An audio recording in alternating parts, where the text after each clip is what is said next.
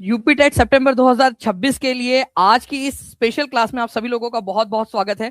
जैसे कि फ्रेंड्स मैंने आप लोगों से इस थंबनेल के ऊपर में भी कहा है कि 10 नंबर पक्के वाली क्लास है आप लोगों की। आप जानते हो कि इन टॉपिक्स के ऊपर में आप लोगों से क्वेश्चंस पूछे जाते हैं और अक्सर बच्चे यहाँ पर में गलतियां करते हैं।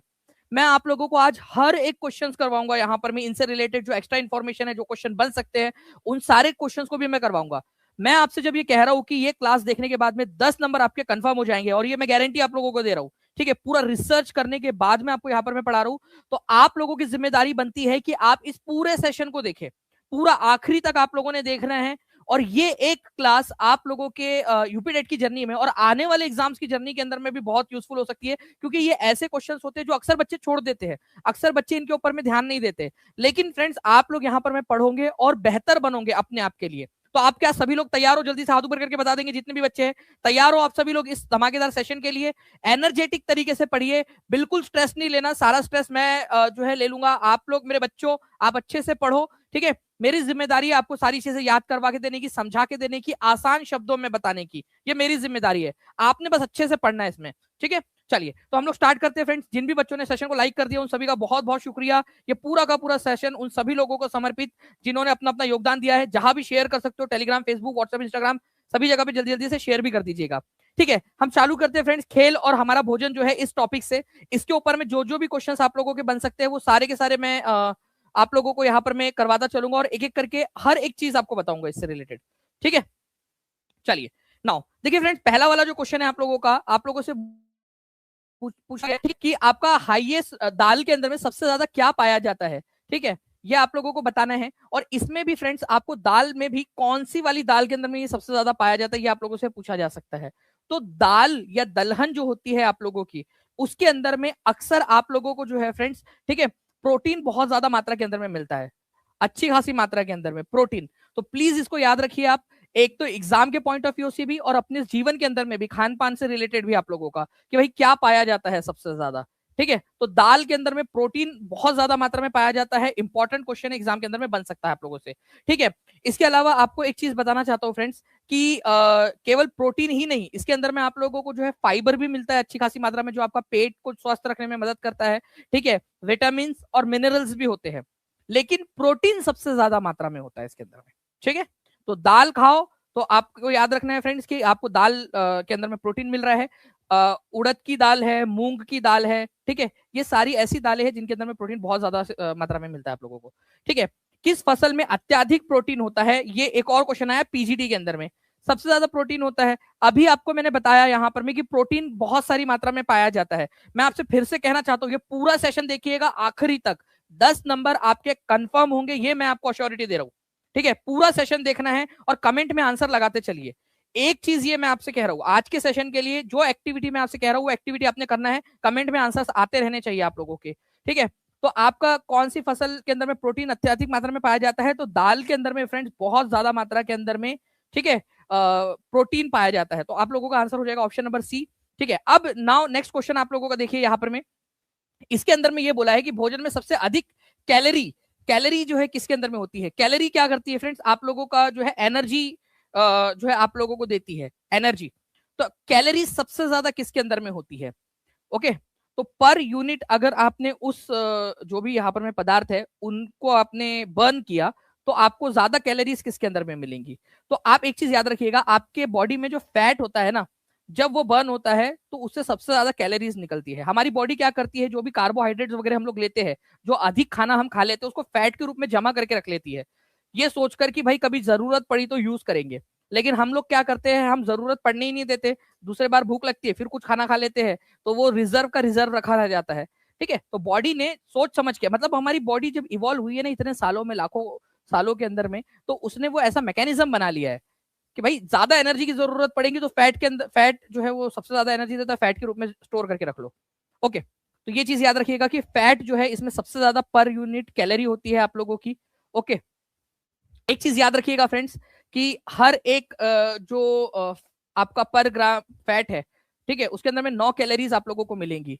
प्रोटीन से आप लोगों को 4 ग्राम और कार्बोहाइड्रेट से 4 ग्राम, 4 ग्राम, ठीक है, जो है कैलोरीज 4, मतलब एक जो है ग्राम प्रोटीन के बर्न होने पर 9 कैलोरीज, फैट में मिलता है, ठीक है। और 1 ग्राम सॉरी आपका फैट से बर्न होने पर 9 कैलोरीज मिलती है।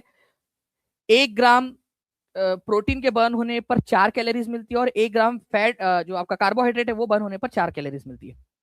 विटामिन जो है वाटर सोल्यूबल, कि कौन से वाले विटामिन जो है वो वाटर सोल्यूबल होते हैं, ये बता दीजिए आप लोग जल्दी जल्दी से।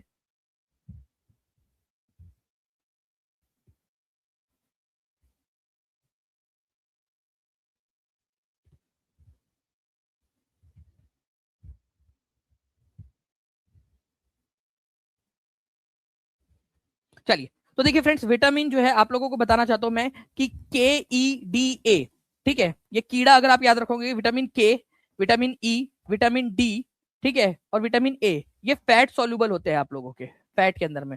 और वाटर सोल्यूबल जो होते हैं, जो वाटर में घुल जाते हैं, पानी में घुल जाते हैं, ठीक है, वो है आप लोगों के बी और सी, विटामिन बी का पूरा ग्रुप और विटामिन सी, ये पानी के अंदर में घुलनशील होते हैं आप लोगों के।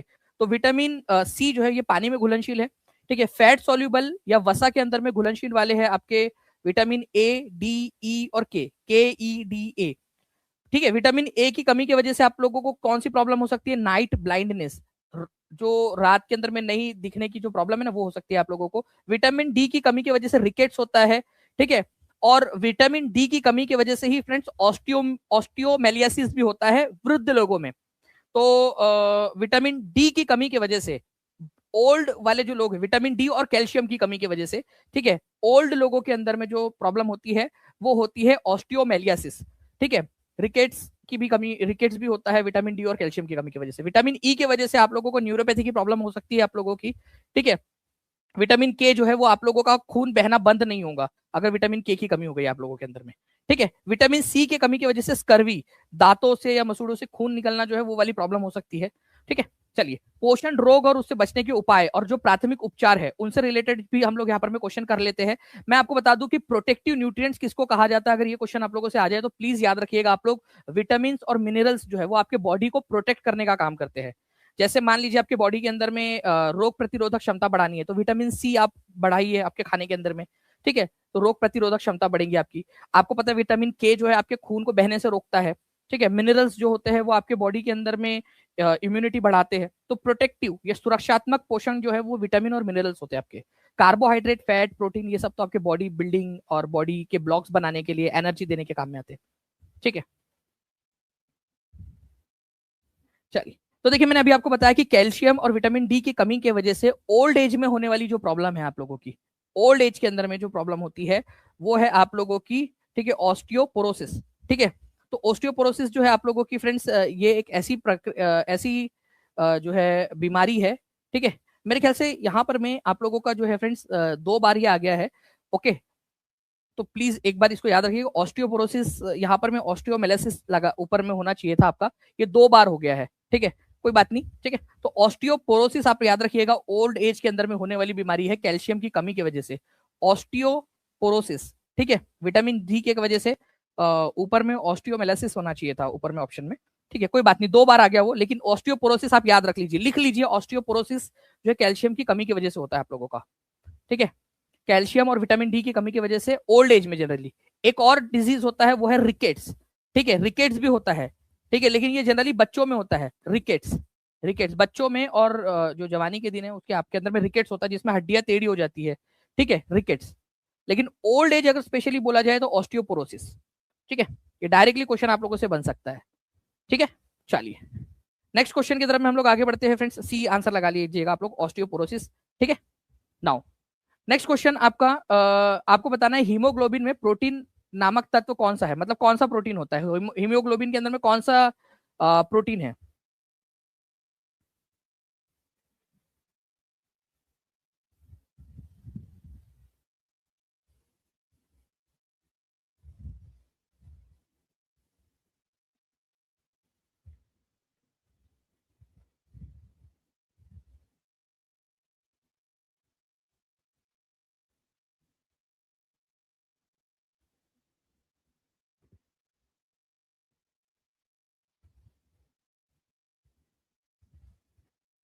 चलिए, तो आंसर देखिए फ्रेंड्स, यहाँ पर मैं आप लोगों का हो जाएगा, ग्लोबिन नाम से जो है एक प्रोटीन होता है, हीमो, ठीक है, ब्लड के अंदर में है, इसी वजह से इसको हीमोग्लोबिन बोलते हैं आप लोग, ठीक है। ग्लोबिन नाम का प्रोटीन इसके अंदर में पाया जाता है। ठीक है, तो हीमोग्लोबिन में कौन सा प्रोटीन है? ग्लोबिन नाम का प्रोटीन होता है हीमोग्लोबिन के अंदर में। हीमोग्लोबिन के अंदर में जो है फ्रेंड्स एक जो गैस है, ठीक है, जो उसके अंदर में ऐसा कहा जाता है कि हीमोग्लोबिन की के साथ में बहुत अच्छी उसकी दोस्ती हो जाती है, लेकिन वो दम घोटू गैस है आपकी, दम घुटता है फिर उसके बाद में वो गैस को अगर आपने ऑब्जर्व ले लिया तो। ठीक है, तो आंसर क्या हो जाएगा आप लोगों का फ्रेंड्स? ठीक है, कार्बन मोनोऑक्साइड, वो गैस का नाम अगर पूछ लिया आप लोगों से। ठीक है, चलिए नाउ नेक्स्ट क्वेश्चन की तरफ में हम लोग आगे बढ़ते हैं। आपको बताना है कि संतुलित आहार में सुरक्षात्मक पोषक तत्व कौन से हैं? इनमें से कौन से तत्व है जो सुरक्षात्मक पोषक तत्व है? सुरक्षात्मक है। तो आपकी बॉडी के अंदर में हमेशा क्या होता है कि विटामिन जो है, ठीक है, चाहे वो वाटर सॉल्यूबल हो चाहे फैट सॉल्यूबल हो, जल्दी से कमेंट करके बता दो कि कौन से जो विटामिन है जो फैट सॉल्यूबल होते हैं और कौन से वाटर सॉल्यूबल, वसा में और पानी में घुलनशील कौन कौन से है। ठीक है, और जो खनिज लवण है आपके, ठीक है, आयरन जो है, उसके बाद में एल्यूमिनियम भी आपके लिए इंपॉर्टेंट होता है, नाइट्रोजन है। ठीक है, छोटी छोटी मात्रा के अंदर में होते हैं आपके, फॉस्फोरस है, कैल्शियम है। ये जो मिनरल्स होते हैं आप लोगों के, वो बहुत सूक्ष्म मात्रा में होते हैं, लेकिन आपके लिए जरूरी है, आपकी बॉडी को प्रोटेक्ट करने के काम में आते हैं वो। ओके, तो ए इसका आंसर हो जाएगा। बाकी कार्बोहाइड्रेट, फैट और प्रोटीन ये एनर्जी देते हैं आपको, और प्रोटीन जो है ये आपका बिल्डिंग ब्लॉक भी है, मतलब आपकी जो भी विकास हो रहा है आपके बॉडी के अंदर में वो प्रोटीन की वजह से होता है, जो नया सेल बन रहा है वो प्रोटीन की वजह से बनता है। ठीक है, ये पूरी की पूरी लिस्ट जो है फ्रेंड्स आप लोगों की, रेटिनॉल, ठीक है, आपका विटामिन ए इसको रेटिनॉल कहा जाता है, विटामिन डी को कैल्सीफेरॉल कहा जाता है, कैल्सीफेरॉल। ठीक है, विटामिन डी और D3 और D2 दो प्रकार होते हैं, लेकिन मेन आपका कैल्सीफेरॉल है। ठीक है, एर्गो कैल्सीफेरॉल जो है वो इतना ज्यादा आप लोगों का एग्जाम में नहीं आता है, लेकिन डी पूछा जाए तो कैल्सीफेरॉल ही आपने आंसर लगाना है। ई को बोलते हैं टोकोफेरॉल, ठीक है, और के को बोला जाता है फाइलोक्विनोन। ठीक है, फाइलोक्विनोन रक्त प्रवाह के जो प्रवणता है, ठीक है, वो करता है आपका, मतलब खून को बहने से रोकता है। विटामिन बी, थायमिन, आपके जो चावल होते हैं ना, ठीक है, अनपॉलिश्ड वाले चावल उसके अंदर में होता है, तो पॉलिश्ड वाले चावल नहीं खाने चाहिए, अनपॉलिश्ड चावल खाने चाहिए। पॉलिश वाले चावल चमकते हैं, लेकिन उसके अंदर में से ना वो थायमिन चला जाता है, तो बेरी बेरी रोग होने का खतरा होता है आपका। ठीक है, तो भूरा जो चावल होता है, अनपॉलिश्ड चावल, ठीक है, उसके अंदर में मिलता है आपको विटामिन सी, के अंदर में एस्कॉर्बिक एसिड होता है, ठीक है, आप लोगों का। और कई फल और सब्जियों के अंदर में आप लोगों को मिल जाएगा ये। ठीक है, स्कर्वी नाम का जो रोग है वो हो सकता है आप लोगों को। चेचक के विषाणु का नाम बताइए, चेचक के विषाणु जो है वो कौन सा है चेचक का विषाणु?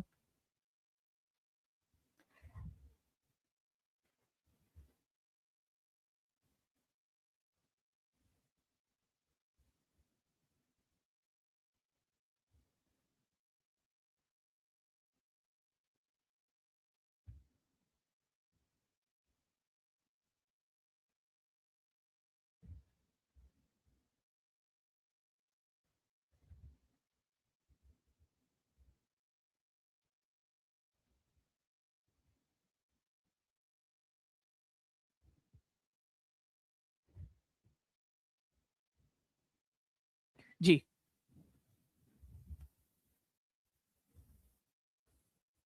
तो चेचक या जो स्मॉल पॉक्स है फ्रेंड्स, ठीक है, अगर आपको, आप में से भी कई सारे लोग होंगे जिनको बचपन में हुआ होगा, फिर बाद में क्या होता है कि हम लोगों को उसमें इम्यूनिटी आ जाती है। ठीक है, तो वेरियोला वायरस जो है आपका, ये इसके वजह से होता है, वेरियोला वायरस की वजह से। ठीक है, ये आप लोगों ने याद रखना, ये इंपॉर्टेंट चीज एग्जाम के अंदर में आप लोगों से पूछ सकते हैं। तो स्मॉल पॉक्स वेरियोला वायरस नाम से एक वायरस है, उसकी वजह से होता है। ठीक है, एग्जाम के अंदर में आप लोगों से पूछा जा सकता है। ठीक है, इसके अलावा अगर आप लोगों से बोला जाए कि भाई आपका जो कोलेरा है, हैजा, वो किसकी वजह से होता है? ठीक है, तो कोलेरा जो है फ्रेंड्स, ये विब्रियो कॉलरी नाम का जो एक वायरस है उसकी वजह से होता है। ठीक है, कोलेरा, हैजा, तो कोलेरा लिख देता हूं मैं यहाँ पर, मैं कोलेरा होता है इससे, कोलेरा, या जिसको आप लोग हैजा बोलते हो। ठीक है, हैजा। ठीक है, विब्रियो कॉलरी नाम का जो वायरस है उसकी वजह से। ओके, तो स्मॉल पॉक्स, वेरियोला वायरस, ठीक है, और विब्रियो कॉलरी की वजह से कोलेरा होता है। ओके, ये याद रखना है आप लोगों ने, ये इंपॉर्टेंट पॉइंट है आप सभी लोगों का, तो प्लीज इसको याद रखेंगे आप सभी के सभी एग्जाम के लिए। अच्छा, एक और यहां पर मैं दिया हुआ है आपका वेरिसेला जोस्टर, इसकी वजह से पता है कौन सा होता है? स्मॉल पॉक्स नहीं, वो चिकन पॉक्स होता है। ठीक है, स्मॉल पॉक्स और चिकन पॉक्स में फर्क है। तो चिकन पॉक्स किसकी वजह से होता है? चिकन पॉक्स, ठीक है, ये होता है वेरिसेला जोस्टर की वजह से, चिकन पॉक्स। एक काम करो, लिख लो आप लोग, चिकन पॉक्स अगर पूछ लिया जाए तो वेरिसेला जोस्टर, और स्मॉल पॉक्स अगर आप लोगों से बोल दिया जाए, ठीक है, तो वेरिकोला वायरस। ठीक है, लिखो सभी, जल्दी से लिख दो या इसका स्क्रीनशॉट ले लो, जल्दी जल्दी से स्क्रीनशॉट ले लो इसका जल्दी से आप लोग, क्योंकि मैंने आप लोगों को चिकन पॉक्स का भी बता दिया है और एग्जाम के अंदर में ये पूछा जाता है अक्सर आप लोगों से। ठीक है, मैंने जब आप लोगों से कहा है कि ये पूरी क्लास देख लो आप अच्छे से, आप लोगों का जो है 10 नंबर कंफर्म हो जाएंगे, तो मैं आप लोगों से ये इसलिए कह रहा हूं क्योंकि मैं आपको इतना पूरा डिटेल के अंदर में इसको पढ़ाने वाला हूँ। ठीक है, तो जल्दी से जिन भी बच्चों ने सेशन को लाइक कर दिया एक बार हाथ ऊपर करके बता देंगे, और चैनल को सब्सक्राइब जरूर कर लीजिए आप लोग। चैनल को सब्सक्राइब कर लिया सभी लोगों ने? चलिए आगे बढ़ते हैं हम लोग फ्रेंड्स। यहाँ पर मैं हमारे ये वाला आपको वेरिसोला जोस्टर चिकन पॉक्स होता है, वेरियोला वायरस जो है स्मॉल पॉक्स, और विब्रियो कॉलरी कोलेरा होता। ठीक है, चलिए नाउ रिंग कुशन जो है, रिंग कुशन का प्रयोग कब किया जाता है बताइए?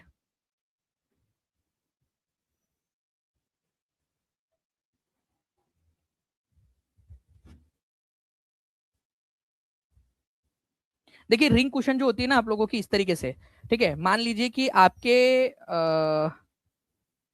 कुल्हे के ऊपर में घाव लग गया, मान लो, कैसे बनाएंगे यार, कुल्हे घाव लग गया, अब वो आप चाहते नहीं हो कि वो जो है आपके बिस्तर पे टच हो, तो आप क्या कर सकते हो, अपने कुल्हे को इसके ऊपर में रख सकते हो, तो क्या होगा, वो टच नहीं होगा उससे। ठीक है, तो शैया घाव होने के ऊपर में कोई किसी तरीके से ऐसा, मतलब मान लीजिए कि कोई ऐसा हो गया कि आपके बिस्तर से स्पर्श ना हो, ठीक है, तो रिंग कुशन का इस्तेमाल किया जाता है उसके अंदर में। ठीक है, तो शैया घाव, ठीक है, बेड सोर्स या कोई ऐसा आपको घाव हुआ है जो इससे बिस्तर से आप टच ना करने दो, ठीक है, तो शैया घाव होने के ऊपर में आप लोग इसका बेसिकली इस्तेमाल करते हो फॉर बेड सोर्स। ठीक है, शैया घाव होने के ऊपर में कि आपका बेड से आपका संपर्क ना हो। ठीक है, आपका शरीर का बेड के साथ में संपर्क ना हो, उसके लिए आप लोग रिंग कुशन का इस्तेमाल करते हैं। ठीक है, डी इसका आंसर हो जाएगा। 10 घंटे वाली क्लास का पीडीएफ आपको टीचिंग परीक्षा एप्लीकेशन के ऊपर में दिया हुआ है। ये सारी की सारी क्लास का भी अगर आप लोगों को फ्रेंड टेस्ट चाहिए तो मुझे बताना।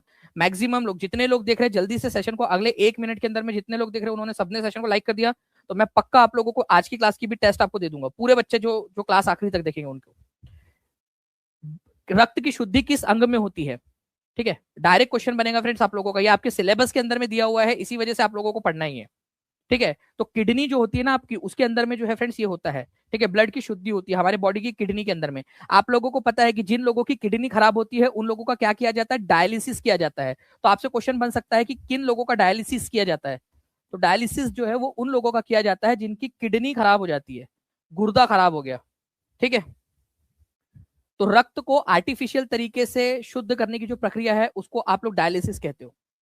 ठीक है, चलिए, तो किडनी कितनी होती है, दो होती है हमारे हमारे बॉडी के अंदर में, हाफ कप आकार की होती है, और हाफ कप ऑफ किड जो ब्लड है, ठीक है, इस तरीके से बीन्स के आकार की होती है, और ये आप लोगों को ब्लड को फिल्टर करती है। ठीक है, जो एसिड है या कोई भी अगर उसमें हानिकारक पदार्थ है या दवाइयाँ वगैरह आप खाते हो, वो सब आप लोगों का उसको बाहर निकालने का काम करती है। फिर सुसु करते हो आप लोग, उससे बाहर निकल जाता है। जल प्रदूषण का कारण क्या है बताइए जल्दी से, जल प्रदूषण का कारण। And thank you very much friends, यहाँ पर मैं जितने भी बच्चे हैं मैं देख पा रहा हूँ कि 600+ बच्चों ने सेशन को लाइक कर दिया। एक बार हाथ ऊपर करके बता देंगे फ्रेंड्स, जितने भी बच्चे जिन्होंने यहाँ पर मैं एनर्जी दे दी है, आप सभी लोगों का बहुत बहुत शुक्रिया। ये पूरा सेशन आप सभी लोगों को समर्पित। मैं आपसे कह रहा हूँ ये पूरा सेशन देख लो, आपके 10 नंबर जो है कंफर्म हो जाएंगे। ठीक है, इवन आपके आने वाली एग्जाम्स में, सुपर टेट के अंदर में, आपके पीटी के अंदर में, आप लोगों के यूपी जूनियर में, आपका टीआरई 4 के अंदर में भी ये सारे के सारे आपको काम में आएगा आपको कंटेंट। ठीक है, तो बढ़ती जनसंख्या जो है फ्रेंड्स ये तो है ही, कीटनाशक जो है आप लोग क्या करते हो, खेतों में डालते हो कीटनाशक, फिर वो बारिश आती है बरसों रे मेघा मेघा, वो पानी जो है वो बहकर बड़े समुद्र के अंदर में मिल जाता है, तो उससे भी जो है क्या होता है, प्रदूषण हो रहा है, जल प्रदूषण हो रहा है। और मनुष्यों की हरकतों की वजह से भी, या मनुष्य जो काम कर रहे हैं, प्रदूषण इंडस्ट्रीज वगैरह से छोड़ रहे हैं, उसकी वजह से भी जल प्रदूषण हो रहा है। तो सारे के सारे कारण हैं आपके जल प्रदूषण होने के। ठीक है, चलिए नेक्स्ट क्वेश्चन की तरफ में आगे बढ़ते हैं। बॉडी कास्टिंग इस केस इन केस ऑफ, ठीक है, शरीर विकृति का प्रयोग कब किया जाता है, बॉडी कास्टिंग का?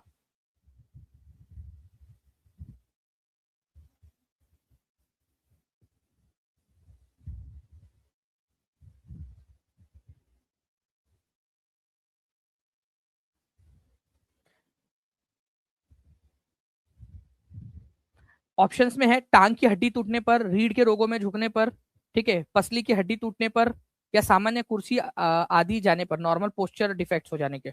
मतलब कि मान लीजिए कि आपको पोस्चर, नॉर्मल पोस्चर डिफेक्ट हुआ कि आपके पास ऐसा थोड़ा सा ऐसे हो गया आप, ठीक है, तो आंसर क्या होगा कि रीढ़ की हड्डी अलग अलग कारण से जब झुक जाती है ना, तो बॉडी कास्टिंग का इस्तेमाल किया जाता है ताकि उसको जो है क्या किया जा सके, जो असामान्य रूप से जो झुकाव हुआ है उसको करेक्ट किया जा सके, उसको सपोर्ट दिया जा सके।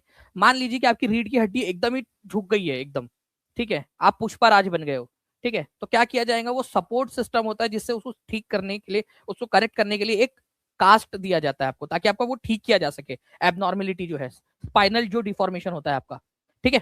तो रीढ़ की हड्डी में अगर झुकाव हो गया किसी भी कारण से, ठीक है, चेस्ट के पास से, एब्डोमिनल के पास से, या बैक के पास से ही रीढ़ की हड्डी का किसी इंजरी की वजह से भी हो सकता है, तो उसमें क्या होता है, आपको एक सपोर्ट सिस्टम दिया जाता है बॉडी कास्टिंग का, जिससे कि आप वो ठीक हो सके वो, ठीक है। अगर टांग की हड्डी टूटी है तो प्लास्टर करेंगे, रीढ़ की हड्डी का प्लास्टर कभी सुना है क्या आप लोगों ने, ठीक है। फ्रैक्चर हुआ तो रिब बाइंडिंग करेंगे, पसली टूट गई तो वो रिब बाइंडिंग, पसली टूट जाती है ना तो रिब की बाइंडिंग की जाती है, ठीक है। पेन होता है आपको बहुत ज्यादा खतरनाक, वो इवन सांस लेने में भी तकलीफ होती है, पसली, अगर पसली की हड्डी टूट गई आपकी, वहां पर में भी आप लोगों का प्लास्टर नहीं किया जाता, आपने कभी देखा पेट पे प्लास्टर कर दिया गया है, वो रिब बाइंडिंग एक प्रक्रिया होती है वो की जाती है उसके अंदर में, ठीक है, उसमें बॉडी कास्टिंग का इस्तेमाल नहीं होता है। और कोई सामान्य आपका मान लो पोस्चर वगैरह हो गया है तो वो तो ऐसे ही नॉर्मली फिजियोथेरेपी से ठीक हो जाता है, वो जाते हो डॉक्टर के पास में, वो दबा दुबू करता है आप लोगों की हड्डियों को, वो ठीक हो जाता है एक्सरसाइज और या फिजियोथेरेपी से। तो वन लाइन में अगर मैं आप लोगों को बताऊं फ्रेंड्स, तो अगर आपका रीढ़ की हड्डी में झुकाव हो गया है, स्पाइनल डिफॉर्मिटी हो गई है, तो ही आप लोग बॉडी कास्टिंग का इस्तेमाल करते हो, सिंपल सी बात है, जो बात साफ बात, ठीक है। नींबू के रस में क्या पाया जाता है, जल्दी बताइए आप लोग।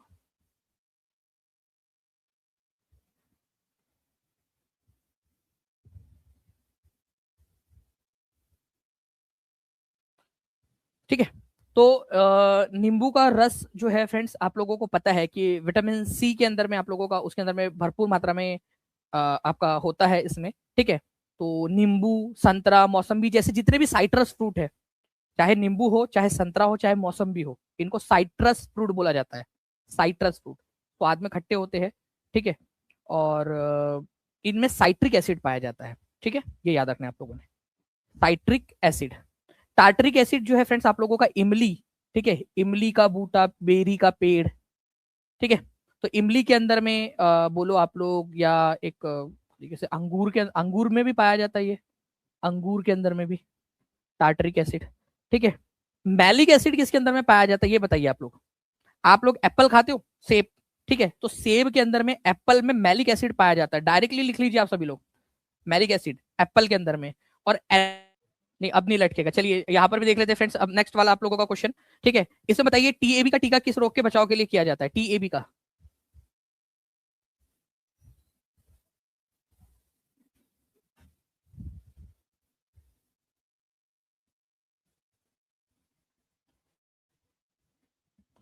देखिए सिंपल सी बात है फ्रेंड, टीएबी जो है आप लोगों का ये किया जाता है आप लोगों का टाइफाइड जो है उसके बचाव के लिए, आप लोगों का जो टाइफाइड है उससे अगर आपको बचाव करना है तो उसके लिए डायरेक्टली टीएबी का जो टीका है वो किया जाता है। इसका इसका फुल फॉर्म ही आप लोगों का typhoid paratyphoid A and B vaccine, ठीक है, टाइफाइड और पैराटाइफाइड, और दोनों प्रकार के, ए प्रकार का भी और बी प्रकार का भी, ठीक है, उसके लिए वैक्सीन, टैब वैक्सीन इसको बोलते हैं आप लोग, टाइफाइड एंड पैराटाइफाइड, ये टी में आ गया, टाइफाइड एंड पैराटाइफाइड, बोथ प्रकार के, ए और बी प्रकार के दोनों के लिए आप लोग टाइफाइड के लिए, ठीक है, टैब वैक्सीन का इस्तेमाल करते हैं, एक वैक्सीन दो काम आप लोगों के, ठीक है। और वही अगर आप लोगों से बात कर लिया जाए आपका जो ट्यूबरकुलोसिस है, ठीक है,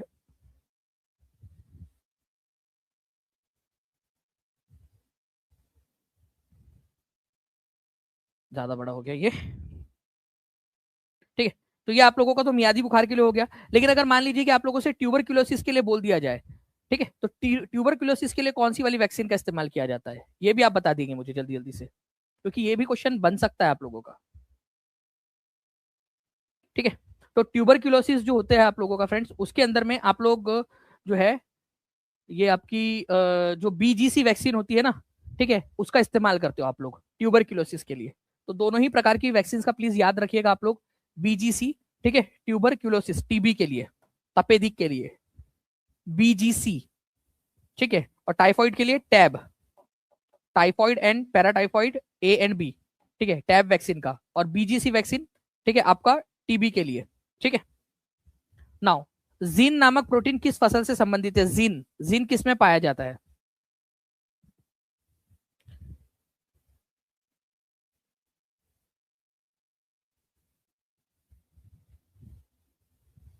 देखिए जीन जो है ना फ्रेंड्स, ये एक बहुत ही फेमस वाला प्रोटीन है, और ये पाया जाता है आपका मक्के के अंदर में, मक्का जो है, जो मेज होता है ना, उसके अंदर में पाया जाता है जीन।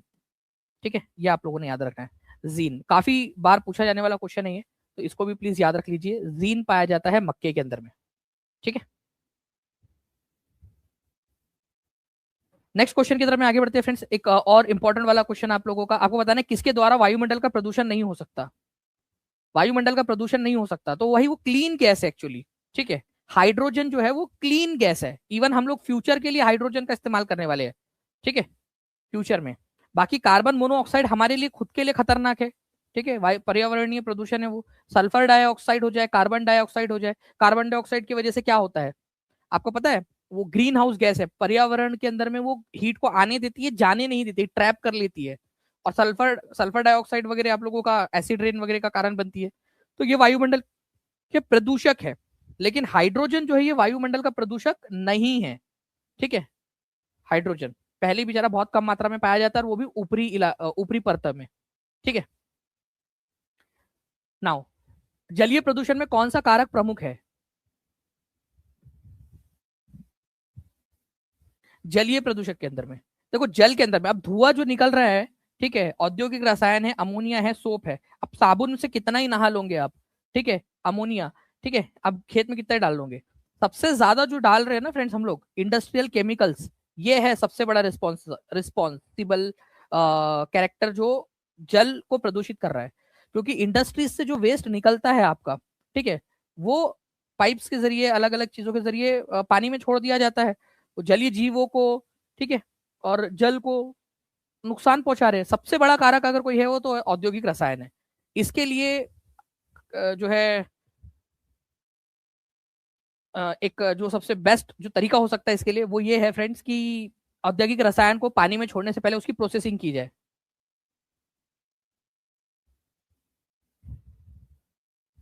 ये देखिए क्वेश्चन है, भारत में वायु प्रदूषण की नवीनतम घटना जो भयंकर विनाश का कारण हुई। देखो तो जरा कि कितने बच्चे इसका आंसर लगा रहे सही। चलिए 850+ लाइक्स आप लोगों ने कर दिए फ्रेंड्स, बहुत बहुत शुक्रिया। एक बार शेयर भी कर देंगे जल्दी जल्दी से यार, सभी जगह पे जहां जहां शेयर आप लोग कर सकते हो। मैं आपसे कह रहा हूं कि आप पूरा सेशन देखिए, आप लोगों को बहुत ज्यादा काम में आएगा। ठीक है,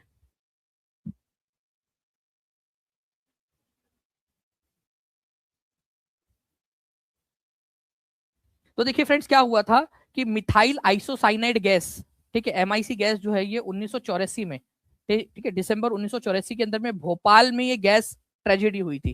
क्या हुआ, भोपाल के अंदर में यूनियन कार्बाइड इंडिया लिमिटेड करके कंपनी थी। यूनियन कार्बाइड अमेरिका की कंपनी है, उसका भारत की branch United carbide India limited, जो कीटनाशक बनाती थी, पेस्टिसाइड्स, उन्होंने ये एमआईसी गैस को, ठीक है, मिथाइल आइसोसाइनेट जो है इसको इसको स्टोर करके रखा था। वो गैस लीक हो गई, और उससे जो है लाखों लोग जो है प्रभावित हो गए। इवन जो है फ्रेंड्स आपको बता दूं, कई सारे लोग जिनकी मृत्यु नहीं भी हुई थी ना उस समय में, वो बाद में जाकर जो है उनको नुकसान हुआ उससे। ठीक है, और जो चेरनोबिल, देखो ये हिरोशिमा वाला तो चलो आपका, हिरोशिमा बमबारी ये तो है ही नहीं, जापान से रिलेटेड है। ईरान में भूकंप आया, उससे भारत का ईरान में आया ना वो। लेकिन चेरनोबिल वाला विध्वंस जो है, इसको थोड़ा सा आप लोगों ने याद रखना है, मैं इसके बारे में आपको बता देता हूँ एक फ्लो डायग्राम के जरिए। ठीक है, कहा गया चला गया हमारा चेरनोबिल। ठीक है, मैं आपको लोगों को चेरनोबिल भी एक इससे बता देता हूँ। बाकी कल जो है फ्रेंड 40 नंबर दिलाने वाली क्लास आप लोगों की मैं कल करवाने वाला हूँ आप लोगों को, मोस्ट इंपॉर्टेंट।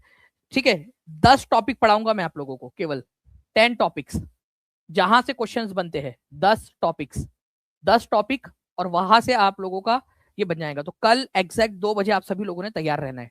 तो चैनल को सब्सक्राइब करके रख लीजिए, ताकि कल आप लोगों को एट जो है जब क्लास स्टार्ट हो आप लोगों को नोटिफिकेशन वगैरह सब कुछ मिल जाए आप लोगों को टाइमली। ठीक है, 888, ठीक है, बच्चों ने यहाँ पर मैं लाइक भी कर दिया सेशन को, बहुत बहुत शुक्रिया। चलो मैं आप लोगों को यहाँ पर मैं चेर्नोबिल के बारे में बता रहा था फ्रेंड्स। तो चेर्नोबिल नाम की जो जगह है वो आज के कहाँ पर में है, यूक्रेन में है, आज के यूक्रेन में। वहां पर में क्या हो गया था कि यूरेनियम का रिसाव हो गया था। ठीक है, यूरेनियम का रिसाव। तो इसको परमाणु आपदा के रूप में, दुनिया की सबसे बड़ी मैन मेड न्यूक्लियर आपदा चेर्नोबिल थी। दुनिया की सबसे बड़ी मैन मेड मतलब इंसानों की गलती की वजह से हुआ था ये। ठीक है, तो चेर्नोबिल परमाणु आपदा 1986 में हुआ था। चेर्नोबिल नाम की जगह कहां पर में है, यूक्रेन के अंदर में। ये परमाणु आपदा थी, इंसानों के द्वारा अब तक की सबसे बड़ी परमाणु आपदा। ठीक है, चलिए, यूक्रेन के अंदर में है चेर्नोबिल, 1986 के अंदर में हुआ था। और बाकी भोपाल गैस ट्रेजिडी, ठीक है, ये 3 दिसंबर 1984 के अंदर में हुई थी। ठीक है, मिथाइल आइसोसाइनेट गैस जो है उसका रिसाव हो गया था, मिथाइल, ठीक है, CH3NCO, methyl isocyanate gas. Now आप बताइए यहाँ पर में, गत वर्षों में उत्तर भारत में बाढ़ की घटनाएं बढ़ने लगी है, क्योंकि, ठीक है, उत्तर भारत के अंदर में बाढ़ की घटनाएं आजकल देखने के लिए मिल रही है काफी सारी जगहों के ऊपर में। चेर्नोबिल, ठीक है, यूक्रेन में है। ठीक है, उस समय में वो USSR का पार्ट हुआ करता था।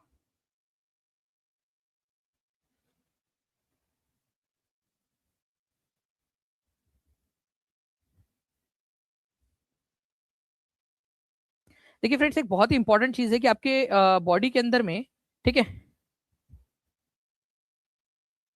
जो ये वाला तो आंसर करिए आप लोग, लेकिन आपके बॉडी से रिलेटेड जो क्वेश्चंस होते हैं ना, जो हमारे बॉडी के अंदर में पाए जाते हैं, उनसे रिलेटेड भी क्वेश्चंस आते हैं, वो भी मैं आप लोगों को करवा दूंगा आपको। चलिए, फ्लड जो है वो नॉर्थ इंडिया के अंदर में बढ़ने का मेन कारण क्या है कि नदी के तटीय भागों के अंदर में जो वन होते थे आपने उनको नष्ट कर दिया, नदी के तटीय भागों में। तो क्या होता है कि पानी जो है पहले वो उससे वो वनों की वजह से जो है वो रुक जाता था, ठीक है, लेकिन आपने उसको गायब कर दिया तो पानी बोले ठीक है भाई हम इधर आ जाते फिर। ओके, समझ में आएंगे ये पॉइंट? तो आंसर हो जाएगा ऑप्शन नंबर 20 का। वर्षा की मात्रा नहीं बढ़ गई है। ओके, भूकंप वगैरह भी का भी नहीं, मेन है तटीय आपने इंसानी गतिविधियों की वजह से हुआ ही है। ठीक है, चलिए, एक क्वेश्चन है फ्रेंड्स, यूपी टेट के अंदर में आया था आप लोगों का कि ट्रिप्सिन एंजाइम जो है वो डाइजेशन में आपके हेल्प करता है कौन से वाले न्यूट्रिशन को डाइजेस्ट करने में, ट्रिप्सिन।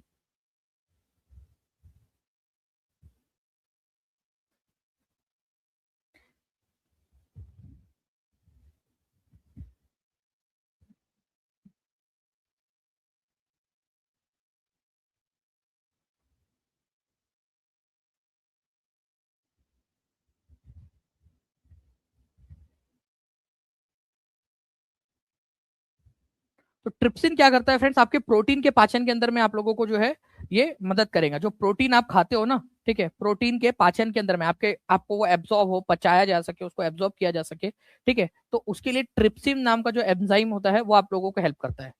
ओके, चलिए, तो ये कुछ जो पॉइंट्स है आप लोगों के, ठीक है, उसको आप लोगों ने याद रखना है, इंपॉर्टेंट है, एग्जाम के अंदर में आप लोगों से पूछे जा सकते हैं। ठीक है, आपको बताना है थायराइड से निकलने वाला हार्मोन कौन सा है, थायराइड से जो निकलता है।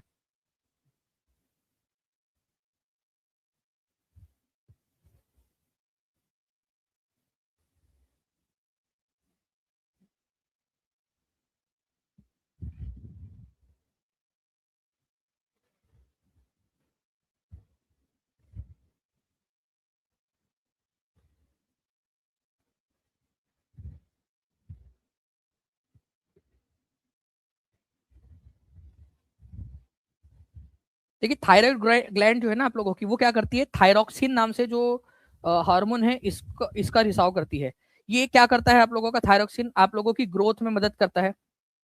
ठीक है, ग्रोथ में हमारी बॉडी का जो टेम्परेचर है, ठीक है, बॉडी टेम्परेचर आपको पता है 37 डिग्री के आसपास में रहता है, 98.6 डिग्री फ़ारेनहाइट के आसपास में। ठीक है, तो ये जो बॉडी टेम्परेचर को मेंटेन करने का काम है वो भी ये हेल्प करता है आप लोगों को, बॉडी टेम्परेचर को मेंटेन करने के अंदर में काम करता है, ग्रोथ को मेंटेन करने में, बॉडी टेम्परेचर को मेंटेन करने में, और एनर्जी प्रोडक्शन के अंदर में भी। ठीक है, तो ओवरऑल मेटाबॉलिक एक्टिविटीज जो आपकी पाचन की प्रक्रिया है उसको भी वो हेल्प करता है आप लोगों का।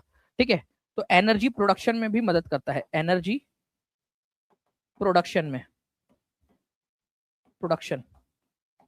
ओके, थायरोक्सिन ये थायराइड ग्लैंड से रिलीज रिलीज होता है आप लोगों का। अब मैं बात करूं आप लोगों का पैराथायरोक्लेक्सिन। ठीक है, ये जो पैराथायरोक्लेक्सिन है ना आप लोगों का, ये बेसिकली थायराइड ग्लैंड से नहीं निकलता ये आप लोगों का। ओके, ये एक एक प्रकार से हम बात करेंगे आप लोगों का एक अलग जो है ना गतिविधियों के लिए आपका इस्तेमाल होने वाला ये है, जिसके लिए पैराथायरॉइड ग्लैंड ही अकेली एक उसके लिए, थायराइड ग्लैंड नहीं, वो पैराथायरॉइड ग्लैंड ही होती है उसके लिए।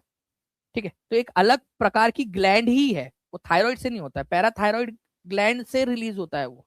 ठीक है, पैराथायरॉक्सिन, या थायराइड ग्लैंड से बोला है तो थायरोक्सिन, और पैराथायरॉइड ग्लैंड से बोलता पैराथायरॉइड ग्लैंड से तो पैराथायरोक्लेक्सिन।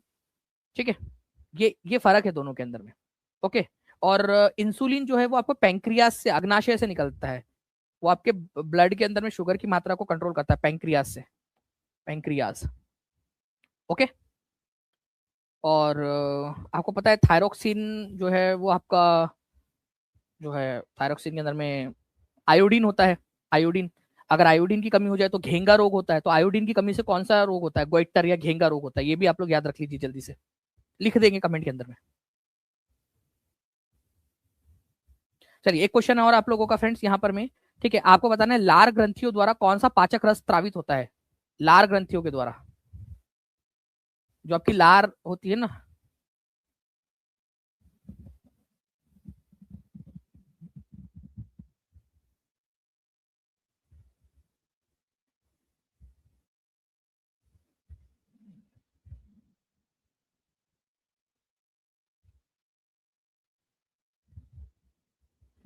देखिए कभी भी अगर आप लोगों ने थोड़ा सा भी पढ़ा होगा, ठीक है, सलाइवरी अमाइलेज के बारे में, ठीक है, ये क्या करता है फ्रेंड्स, पाचन की जो प्रक्रिया है वो हमारे जो मुख है वही से स्टार्ट कर देता है। ऐसा नहीं है कि आपके पेट में जाने के बाद में खाना जो है वो पचना स्टार्ट होगा, वो आपके मुंह से ही पचना स्टार्ट हो जाता है। इसके अंदर में जो सलाइवरी अमाइलेज है, जिसको आप लोग टाइलिन के नाम से जानते हो, ये पी साइलेंट है यहाँ पर में, ठीक है, टाइलिन। तो ये सलाइवरी ग्लैंड से जो है वो सीक्रेट होता है सलाइवा के रूप में, सलाइवरी अमाइलेज भी बोलते हैं इसको, टाइलिन के नाम से भी जाना जाता है। और ये क्या करता है, भोजन के अंदर में जो स्टार्च है, ठीक है, उसको उसको उसका डाइजेशन शुरू शुरू कर देता है। आपने अगर वो चावल वाला एक्सपेरिमेंट कभी किया हो, आपने मुंह में रखा, फिर उसके ऊपर में आयोडीन को डाल के देखा तो वो कलर चेंज हो जाता है। ठीक है, तो स्टार्च जो है उसको मेल्टोज के अंदर में, जो सरल वाला शुगर है उसमें कन्वर्ट कर देता है। ठीक है, तो स्टार्च स्टार्च जो है उसको पचाने का काम यहीं पे हो जाता है शुरू। ओके, स्टार्च को, इसी वजह से आप लोगों ने देखा होगा कि अ, चावल को आप जब खाते हो, ठीक है, तो खाते खाते ही उसका स्वाद बदलने लगता है। आप बहुत देर तक चावल को मुंह में रखो, ठीक है, या रोटी को बहुत देर तक मुंह में रखो, वो मीठी लगने लगेंगी आपको, क्योंकि वो स्टार्च माल्टोज में टूट गया है, माल्टोज में बदल गया है। ठीक है, स्टार्च जो है वो माल्टोज में बदल जाता है। ये सिंपल शुगर है, सिंपल शुगर। ओके, टाइलिन ही उसके लिए इस्तेमाल होता है। ठीक है, रेनिन जो है ये छोटे बच्चों के जो है उसमें होता है, जो उसको बेसिकली जो दूध पीते हैं ना बच्चे, छोटे जो बच्चे होते हैं, मिल्क के अंदर में जो प्रोटीन होता है उसको डाइजेस्ट करने के लिए, उसको कोगुलेट करने के लिए भी, मतलब उसको गाढ़ा करने के लिए पेट में जाकर, ठीक है, उसमें ये रेनिन का काम होता है, रेनिन करता है।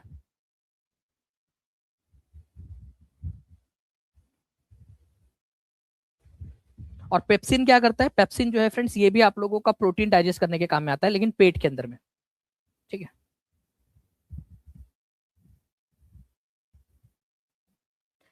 टाइलिन नामक एंजाइम किसमें पाया जाता है,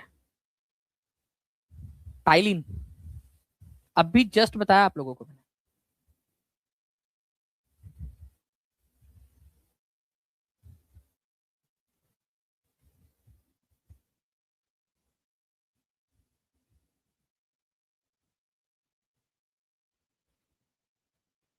ठीक है, चलिए, तो आंसर हो जाएगा फ्रेंड्स लार रस या सलाइवा या सलाइवरी जूस या सलाइवरी एंजाइम जो है उसके अंदर में पाया जाता है टाइलिन। डायरेक्ट क्वेश्चन बनता है, मनोरंजन कितने प्रकार के होते हैं। देखो भाई, मनोरंजन जो है वो आप लोगों को पता है फ्रेंड कि कई प्रकार के हो सकते हैं, लेकिन जो बड़े बड़े जो लिटरेचर लिखने वाले लोग हैं, ठीक है, उन लोगों के अनुसार, ठीक है, मनोरंजन 5 प्रकार के होते हैं। ठीक है, तो हम भी 5 प्रकार की ही लगाएंगे। डायरेक्ट क्वेश्चन बनता है डायरेक्टली इसके अंदर में, बार बार पूछते हैं आप लोगों से कितने प्रकार के मनोरंजन होते हैं, तो 5 प्रकार के मनोरंजन होते हैं आप लोगों के। ठीक है, इसको डिटेल के अंदर में हम लोग जा सकते हैं, लेकिन आप लोगों से डायरेक्टली यहाँ पर में सवाल जो है जो पूछा जा रहा है उसके अनुसार हम लोग यहाँ पर में आंसर कर देंगे आप लोगों का। ठीक है, तो 5 प्रकार के मनोरंजन होते हैं। भारतीय राष्ट्रीय खेल विश्वविद्यालय कहाँ पर में खोली गई है, ये भी क्वेश्चन बनेगा आप लोगों से।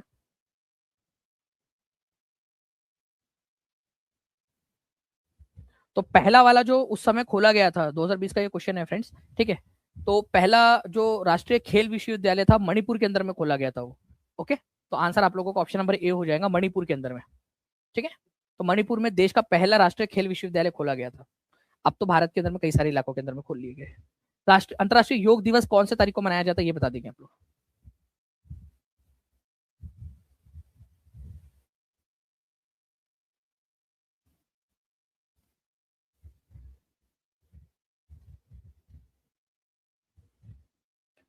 अंतर्राष्ट्रीय योग दिवस, एक चीज ये भी बता दो, अंतर्राष्ट्रीय योग दिवस जो है वो कब से मनाना हम लोगों ने स्टार्ट किया है, पहला अंतर्राष्ट्रीय योग दिवस कब मनाया गया था। ठीक है, तो आपको पता है कि सबसे बड़ा जो दिन होता है ना हमारा 21 जून को होता है, तो 21 जून को ही मनाया जाता है ये अंतर्राष्ट्रीय योग दिवस। ठीक है, भारत के कहने पर या भारत की सलाह पर ही इसको अपनाया गया था। और सबसे पहला, अगर आप लोगों से पूछ लिया जाए अंतर्राष्ट्रीय योग दिवस या इंटरनेशनल योग डे कब मनाया गया था, तो वो आंसर कर दीजिए। 2026 में कौन से नंबर का इंटरनेशनल योग डे मनाया गया, ये आप लोग आंसर कर दीजिए। ठीक है, तो योग आप लोगों के सिलेबस के अंदर में ही दिया हुआ है डायरेक्टली, तो योग से रिलेटेड जितने भी क्वेश्चन है वो भी मैं आप लोगों को करवा दूंगा अभी। ठीक है, चलिए, इसके अलावा आपसे पूछा जा सकता है खेल दिवस कब मनाया जाता है और किसके जन्मदिन पर मनाया जाता है। ठीक है, तो खेल दिवस जो है फ्रेंड्स ये मनाया जाता है आपका मेजर ध्यानचंद जो है उनके जन्मदिन के अवसर पर। ठीक है, हॉकी के जादूगर मेजर ध्यानचंद। ठीक है, मेजर ध्यानचंद के जन्मदिन के अवसर पर मनाया जाता है 29 अगस्त को। मेजर ध्यानचंद का जन्म जो है फ्रेंड्स 29 अगस्त 1905 को इलाहाबाद में, आज का जो प्रयागराज है वहां पर में हुआ था। तो उनके जन्मदिन के अवसर पर मनाया जाता है 29 अगस्त को हर साल। ठीक है,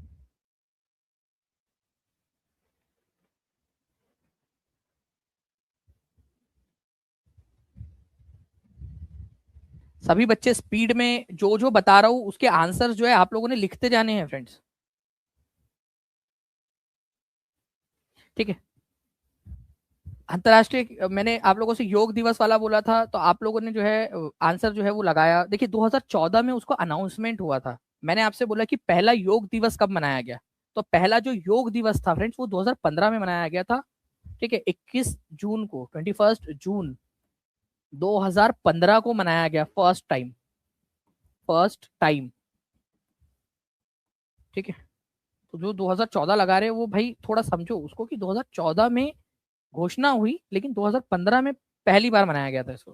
ठीक है, इसका प्रपोजल प्रस्ताव वर्ष 2014, 11 दिसंबर 2014 को वो यूनाइटेड नेशन ने घोषित किया था। अब वो पीछे जाकर मना नहीं सकते थे ना 11 दिसंबर से पीछे जाके, तो भाई उन्होंने बोला आने वाला जो हमारा 21 जून है उससे मनाएंगे। तो आने वाला 21 जून कब से था आपका, आने वाला 21 जून 2015 में। ठीक है, तो उस दिन सबसे लंबा दिन भी होता है, ये भी याद रखना है आप लोगों ने। हाँ, बाकी चलो खेल दिवस आपको बता दिया मैंने। नेक्स्ट, भारत का राष्ट्रीय खेल जो है फ्रेंड्स एज सच, ये याद रखना है आप लोगों ने, हम हॉकी मानते हैं लेकिन ऑफिशियली ऐसा कुछ भी नहीं है ऑफिशियली। ठीक है, कोई भी नहीं है, लेकिन अगर आ जाए तो आप लोग ये आंसर लगा देना है, मेजर ध्यानचंद की स्मृति में मनाया जाता है। ठीक है, और अर्जुन पुरस्कार जो है फ्रेंड्स ये दिए जाते हैं। ठीक है, आधुनिक ओलंपिक खेलों की शुरुआत जो है कब हुई थी, तो 1886, 1896, 1906 या 1916।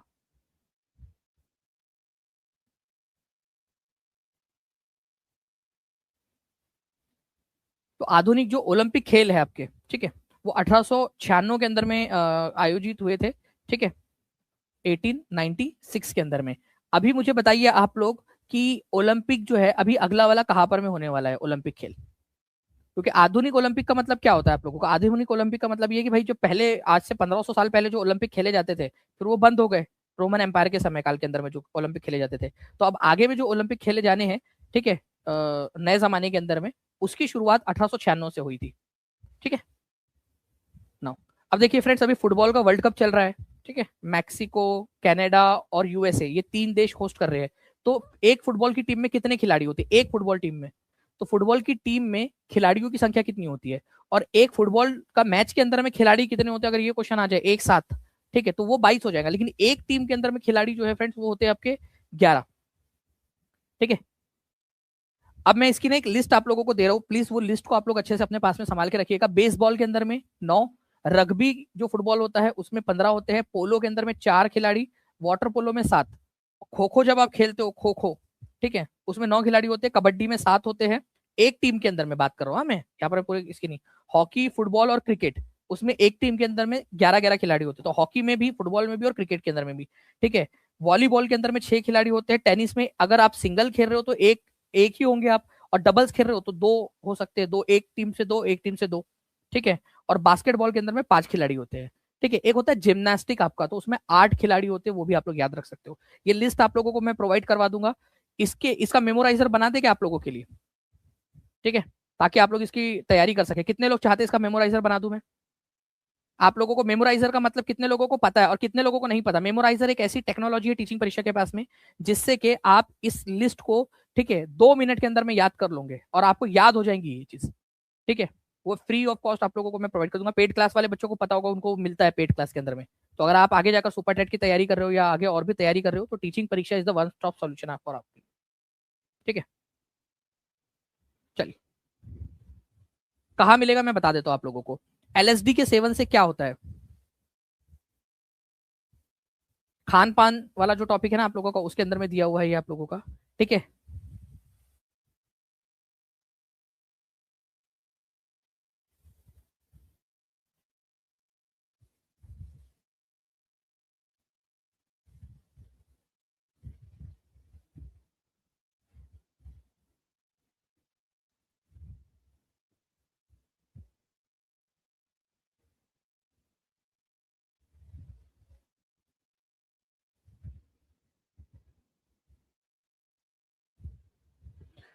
देखिए फ्रेंड्स, आप लोगों में से कई सारे लोग जो है वो जानते होंगे कि कुछ लोगों को ड्रग्स की आदत लग जाती है। वो ब्लॉटर पेपर के ऊपर में ना उसको ड्रग्स की तरह वो इस तरीके से लोग सूंघते हैं, ब्लॉटर पेपर के ऊपर में रखते हैं इस तरीके से, और इस तरीके से नाक में से लेते हैं, ठीक है।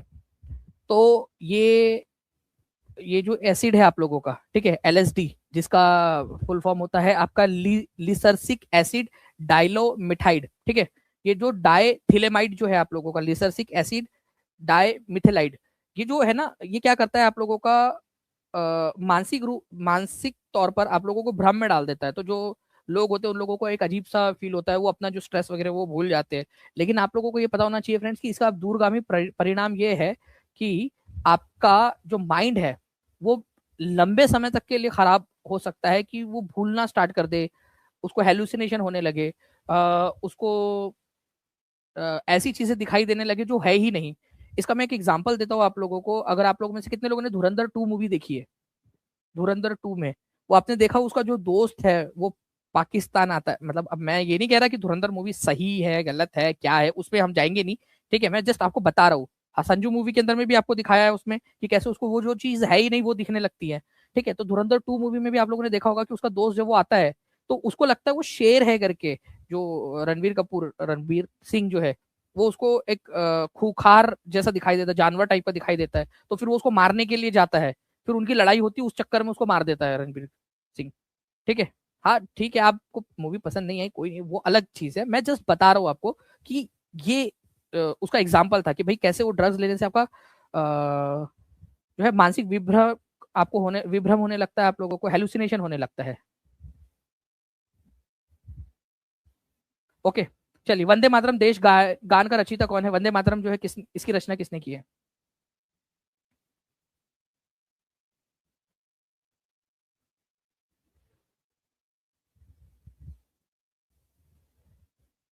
देखिए फ्रेंड्स, वंदे मातरम जो है इसकी रचना बंकिम चंद्र चटर्जी ने की थी। बंकिम चंद्र चटर्जी जो है उन्होंने अपनी पुस्तक आनंद मठ के अंदर में, आनंद मठ के अंदर में इसकी रचना की थी। ये आप लोग याद रख लीजिएगा, वंदे मातरम सुजलाम सुफलाम मलयजय सीताराम। इसको हमारा राष्ट्र का जो है राष्ट्र गान के रूप में हम लोगों ने जो है इसको अपनाया हुआ है, वंदे मातरम जो गीत है हमारा। और इसको सबसे पहली बार भारतीय राष्ट्रीय आंदोलन के, ठीक है, नेशनल सॉन्ग है हमारा ये। इसको सबसे पहली बार भारतीय राष्ट्रीय कांग्रेस के 1896 वाले सेशन के अंदर में कलकत्ता के अंदर में गाया गया था, कलकत्ता में, ठीक है, कलकत्ता में। उस समय में अध्यक्ष थे उसके रहमतुल्ला एम सयानी, रहमतुल्ला एम सयानी उस सेशन के अध्यक्ष थे। हिस्ट्री में आ सकता है ये आप लोगों का। पहली बार वंदे मातरम कब गाया गया था? बंकिम चंद्र चटर्जी के द्वारा लिखा गया है ये, इसको याद रखना है। अच्छा, बंकिम चंद्र चटर्जी ने ये जो गीत था वंदे मातरम, ये 1875 में लिखा था, और जो आनंद मठ है ये 1882 में उन्होंने प्रकाशित की थी, प्रकाशित। ठीक है, तो उन्होंने ये गीत पहले ही लिख लिया था, बाद में इस आनंद मठ के अंदर के साथ में उन्होंने प्रकाशित किया था। ठीक है, वंदे मातरम। चलिए नेक्स्ट क्वेश्चन है, विजय विश्व तिरंगा प्यारा झंडा ऊंचा रहे हमारा, ये किसने लिखा है?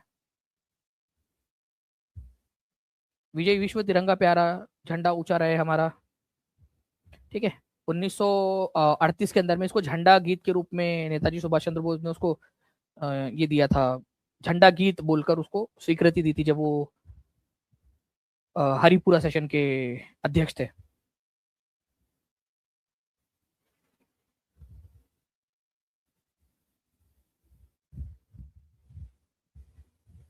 तो श्यामलाल गुप्ता, ठीक है, पार्षद जो थे, उन्होंने इसकी रचना की थी। बहुत ही इंपॉर्टेंट है, विजय विश्व तिरंगा प्यारा झंडा ऊंचा रहे हमारा, ठीक है।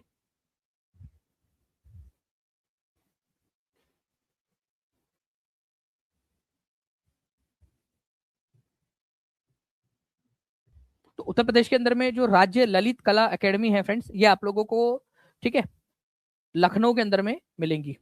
ये इंपॉर्टेंट पॉइंट है आप लोगों का। अच्छा, मुझे बता दीजिए कि इसकी स्थापना कौन से वर्ष में हुई थी? स्थापना वर्ष आप लोगों को बताना है, ठीक है। चलिए, अब कला की बात आई है तो फ्रेंड्स हम लोग थोड़ा सा आगे बढ़ते हैं हमारे, ठीक है। आपके जो संगीत के क्वेश्चन है उनसे, उनको भी मैं करवा देता हूँ आपको।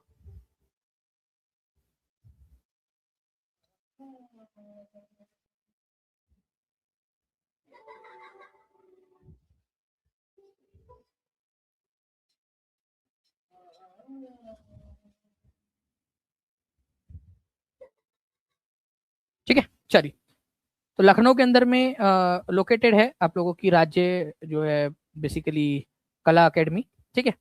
और कभी अगर पूछ लिया जाए कि इसकी स्थापना कब हुई थी, तो 1962 के अंदर में हुई थी।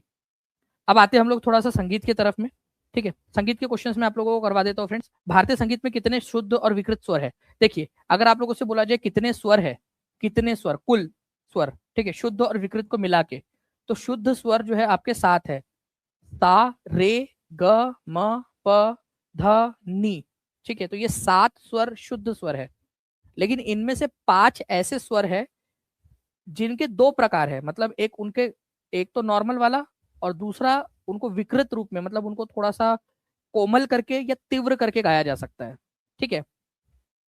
तो इसके अंदर में अगर मैं आप लोगों को यहाँ पर मैं बताऊं, तो 7 जो स्वर है, सा रे ग म प ध नी, ठीक है। तो इसमें जो स है और प है, ये अचल है, मतलब इनको आप अलग तरीके से नहीं गा सकते, ये इनकी एक ही प्रकार की ध्वनि है। लेकिन रे ग म ध नी, ठीक है, रे ग म ध नी, ये इसके विकृत रूप भी अवेलेबल है, ठीक है। मतलब आप क्या कर सकते हो, रे को, ठीक है, नीचे करके कोमल करके गा सकते हो, ठीक है, ग को आप कोमल करके गा सकते हो, म को अभी छोड़ दो आप, ध को आप कोमल करके गा सकते हो, नी को भी आप कोमल करके गा सकते हो, लेकिन जो म है उसको आप हाई पिच पे ले जाके ऊपर तीव्र करके गा सकते हो। तो अगर आपसे विकृत में बोला जाए कि कौन से कोमल है, विकृत स्वरों में कौन से कोमल है, तो रे ग ध नी, ये कोमल है, मतलब इनको प्यार से गाया जा सकता है। लेकिन जो म है ये और तीव्र होकर गाया जा सकता है। जो नॉर्मल वाला म है उससे अपोजिट ये और तीव्र करके गाया जा सकता है, ठीक है। तो ये विकृत रूप है इनके, रे ग म ध नी के ये विकृत 5 रूप है। तो इनको टोटल मिला दिया जाए तो कितने हो जाते हैं? ठीक है, बताओ जल्दी से। इनके टोटल जो हो जाते हैं वो आप लोगों के हो जाएंगे फ्रेंड्स, यहाँ पर मैं आपके, ठीक है, 12, 7 और 5 12, ठीक है। ये समझ में आया कि आप लोगों को 7 स्वर है, ठीक है। 7 स्वरों में से जो 2 है वो अचल है, ठीक है। कौन कौन से? सा और प, ये अचल है, ये हटते नहीं है, मतलब इनका इनकी इनकी ध्वनि समान होती है। रे ग म ध नी, ये स्थिति बदलते हैं, मतलब ये कोमल या तीव्र हो सकते हैं। इनमें से रे ग ध नी ये कोमल हो जाते हैं, और म जो है ये तीव्र हो सकता है। इसी वजह से कोमल या तीव्र होने की स्थिति की वजह से इनको विकृत स्वर बोला जाता है। तो ऐसे टोटल 7 शुद्ध स्वर और 5 विकृत स्वर मिला के आपके हो गए हैं, ठीक है, 12 स्वर। सारा का सारा कराता हूं, आपको टेंशन नहीं लेना है आप लोगों ने। तो 12 स्वर है, 7 शुद्ध और 5 विकृत। ये पूरा का पूरा आप लोगों को दे दूंगा। अब ये देखिए, आप लोगों का यूपी टेट 2017 के अंदर में क्वेश्चन आया आपका, कुल कितने स्वर है? कुल, कुल का मतलब क्या हो गया आप लोगों का? टोटल मिला के, शुद्ध और विकृत दोनों मिला के, शुद्ध और विकृत दोनों मिला के बोल रहा है यहां पर मैं।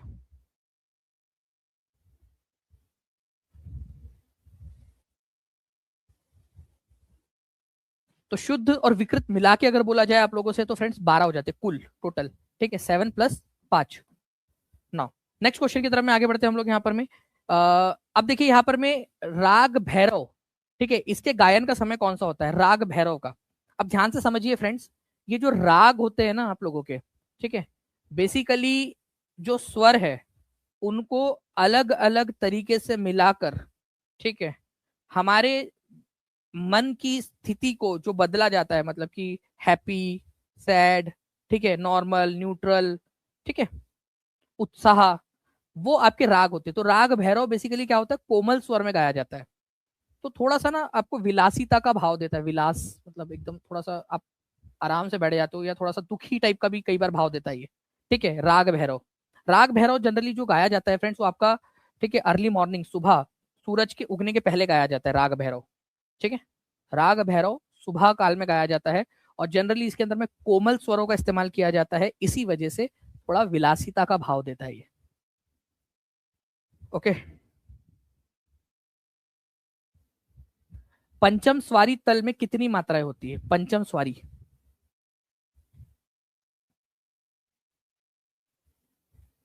डायरेक्ट क्वेश्चन बनेगा आप लोगों का।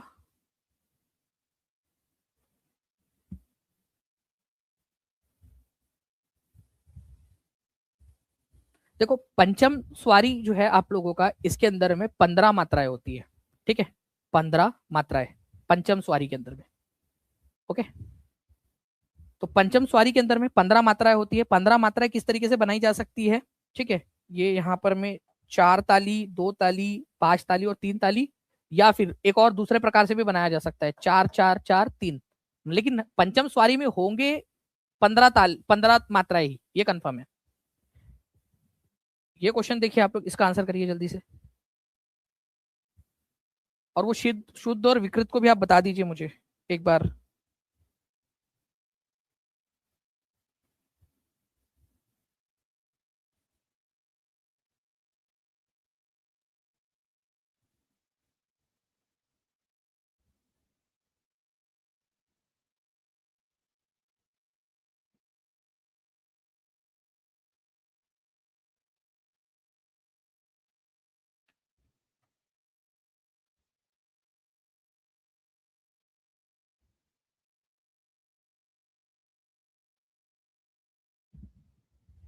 ठीक है, तो फ्रेंड्स आप लोगों ने यहाँ पर मैं बता दिया, 12 जो है शुद्ध और विकृत स्वर मिलाकर 12 है टोटल, ठीक है, 7 और 5। कल भी जो है फ्रेंड्स हम लोग यहाँ पर में करने वाले हैं, तो चैनल को सब्सक्राइब जरूर कर लीजिएगा ताकि हर एक अपडेट आप लोगों को मिल सके, ठीक है। संगीत से रिलेटेड काफी सारी चीजें हम लोग कर रहे हैं।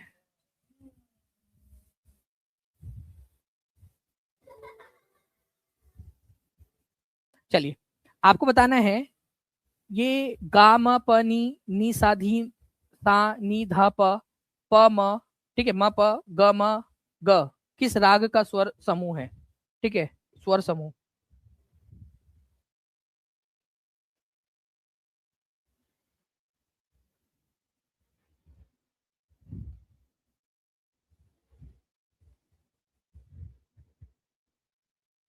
देखिए बेसिकली यहाँ पर मैं आप लोगों से पूछ क्या रहा है यहाँ पर में कि जो इस तरीके का गा मा पा नी सा नी धा पा, ठीक है, यहाँ पर ये स्वर समूह, ठीक है, ये थोड़ा सा हाई लेवल का क्वेश्चन हो जाता है आप लोगों का कि भाई डायरेक्टली स्वर समूह आप लोगों से पूछ रहा है, ठीक है, नोट पैटर्न, क्योंकि कितने सारे राग होते हैं, ठीक है, उनमें से किसका आप लोग करोगे। लेकिन अगर यहाँ पर मैं ये क्वेश्चन वापस से रिपीट हो जाए आप लोगों का, तो याद रखना आप लोगों ने, ये राग विहाग जो है उसका स्वर समूह है ये। अब यहाँ से राग और थाट के बारे में मैं आपको बता देता हूँ थोड़ा सा, ठीक है। देखिए विष्णु नारायण भातखंडे जो है, इन्होंने, ठीक है, बताया कि 10 प्रकार के थाट होते हैं। 10 थाट: बिलावल, कल्याण, खमाज, भैरव, पूर्वी, मारवा, काफी, असावरी, भैरवी और टोडी। देखो भैरव और भैरवी ये 2 प्रकार के थाट है, अलग अलग, भैरव थाट भी है, भैरवी थाट भी है। तो ये जो थाट है, इसको आप ऐसा समझ लीजिए कि हर थाट जो है ना एक कलर का बक्सा है, ठीक है, बहुत सारे कलर का बक्सा है, इनमें से कुछ कलर्स को निकाल के आपने कोई पेंटिंग बना दी, तो ये आपका बन जाता है राग, ठीक है। फिर कल्याण थाट जो है, ये एक कलर का बक्सा है या स्वरों का बक्सा है, फिर इन स्वरों से निकाल के आपने कोई एक राग बना लिया, ठीक है। तो ऐसे याद रखना है, जैसे कि जैसे मैं फॉर एग्जांपल बताता हूँ आपको, ये कल्याण थाट है, ये है कल्याण थाट। कल्याण थाट का सबसे फेमस वाला पता है, राग यमन है। राग यमन जनरली 7 बजे से 10 बजे के बीच में शाम में गाया जाता है, और ये आपको चैन सुकून फील करवाता है, राग यमन, ठीक है। कल्याण थाट। राग भूपाली, वो भी कल्याण थाट से ही बना है, मतलब कि एक थाट से आप कई सारे राग बना सकते हो। तो थाट जो है बेसिकली ग्रुप है, ठीक है, उनमें से यूज, सबसे सिंपल सा है कलर वाला एग्जांपल, ये कलर का बक्सा, ये कलर का बक्सा, अलग अलग कलर है उसमें, उनमें से कुछ कलर्स को निकाल के आप बहुत सारी पेंटिंग्स बना सकते हो। तो पेंटिंग आपका राग हो गया, थाट आपका वो कलर का बक्सा हो गया। या स्वरों की बात करूं तो ये बिलावल स्वरों का एक समूह है, ठीक है, उनमें से स्वरों के समूह को चुनकर, ठीक है, ये थोड़ा बड़ा होता है, थाट बड़ा होता है, उनमें से ही कुछ बीच बीच के स्वर को लेकर आप क्या करते हैं, कोई एक राग बना देते हैं। तो कल्याण थाट से बना है राग यमन, राग भोपाली, ठीक है, जो थोड़ा सा आपको सुकून वाला फील देते हैं, ठीक है। राग भैर, ये थाट भैरवी से बना है, राग भैरवी, ठीक है। और ये थाट भैरवी या राग भैरवी दोनों के दोनों सबसे पुराने वाले रागों में से है, ठीक है। तो ये भी थोड़ा सा आप लोग इसको याद रख सकते हो, ओके। चलिए, तो कितने प्रकार के थाट होते हैं? 10 प्रकार के थाट होते हैं, ठीक है।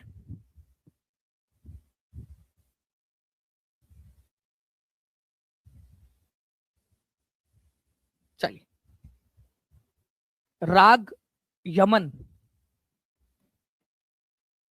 किस थाट से ओरिजिनेट हुआ है?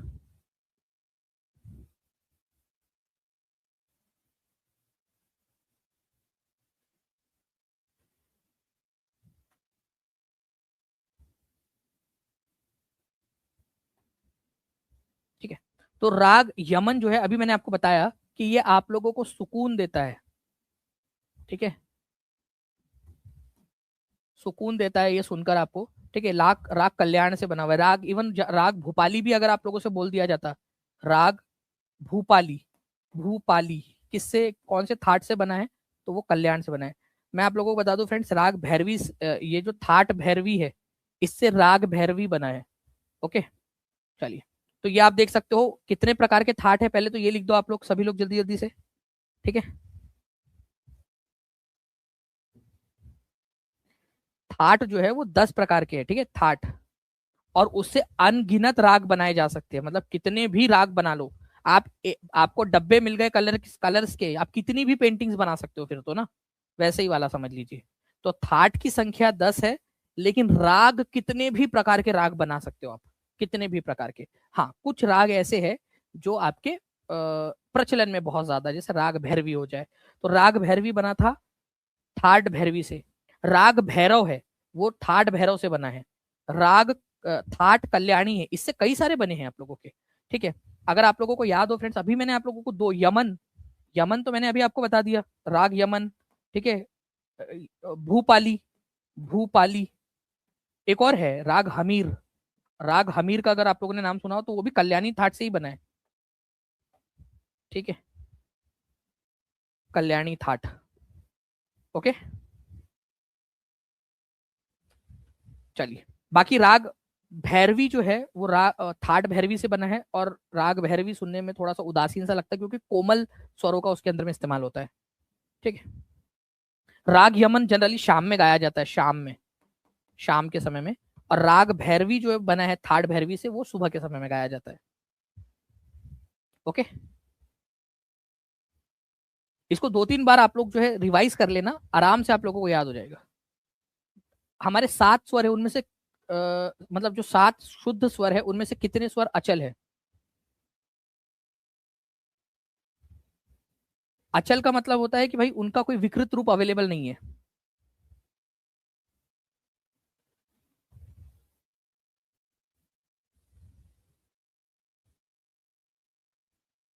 जल्दी जल्दी से बता देंगे। और आप में से कितने लोग है, आप कौन सी भाषाओं के साथ में पेपर दे रहे हो, एक बार जल्दी से प्लीज, जो आज भाषा का पेपर है हमारा, वो है उसकी वो लगा दीजिए जल्दी से। आप कौन सी भाषा के साथ में देने वाले हो पेपर, कौन कौन सी भाषाओं के? Hindi English, Hindi Sanskrit, Hindi Urdu, English Urdu, combination क्या बन रहा है आपका? चलिए, तो देखिए फ्रेंड्स, सारे गामा पाधा निशा में स और प जो है ये आपके अचल है, मतलब ये हिलते नहीं है, या इनका स्वर कोमल या तीव्र नहीं होता है। ठीक है, तो अगर मैं आपको बता दूं यहाँ पर, मैं सा रे गा मा प ध नी, ठीक है, इसमें से सा और पा ये अचल है। ठीक है, और चल, चल का मतलब होता है विकृत रूप। ठीक है, तो रे जो है ये कोमल हो जाता है, कोमल, गा भी कोमल हो जाता है। ठीक है, धा कोमल हो जाता है, नी भी कोमल हो जाता है, लेकिन माँ जो है ना ये तीव्र हो जाता है। ठीक है, माँ। ठीक है, ये थोड़ा सा याद रखना है आप लोगों ने।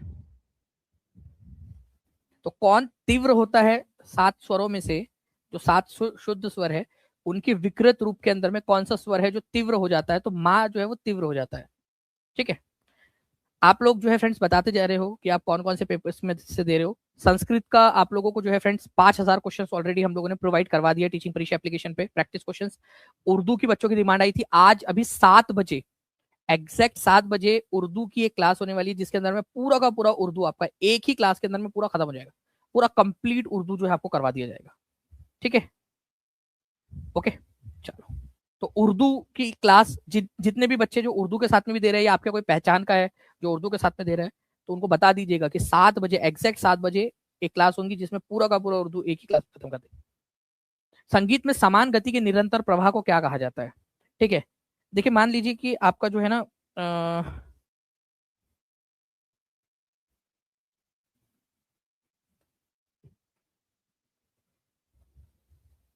कि आप जो है एक ट्रेन से जा रहे हो, एक समान, उसकी गति क्या है? ठीक है, धीरे जा रहे हैं, स्पीड में जा रहे हैं, या मध्यम गति से जा रहे हैं? तो ये जो गति, जहां पर में भी गति की बात आ जाती है ना आप लोगों की, वो हो जाता है लय। ठीक है, लय। तो प्रवाह या गति, ठीक है, संगीत के अंदर में जहां भी गति की बात आ जाती है वो हो जाता है आप लोगों का लय। ठीक है, ये याद रखना है आप लोगों ने, लयबद्ध कर देना, मतलब एक गति में उसको बांध देना। ठीक है, सी।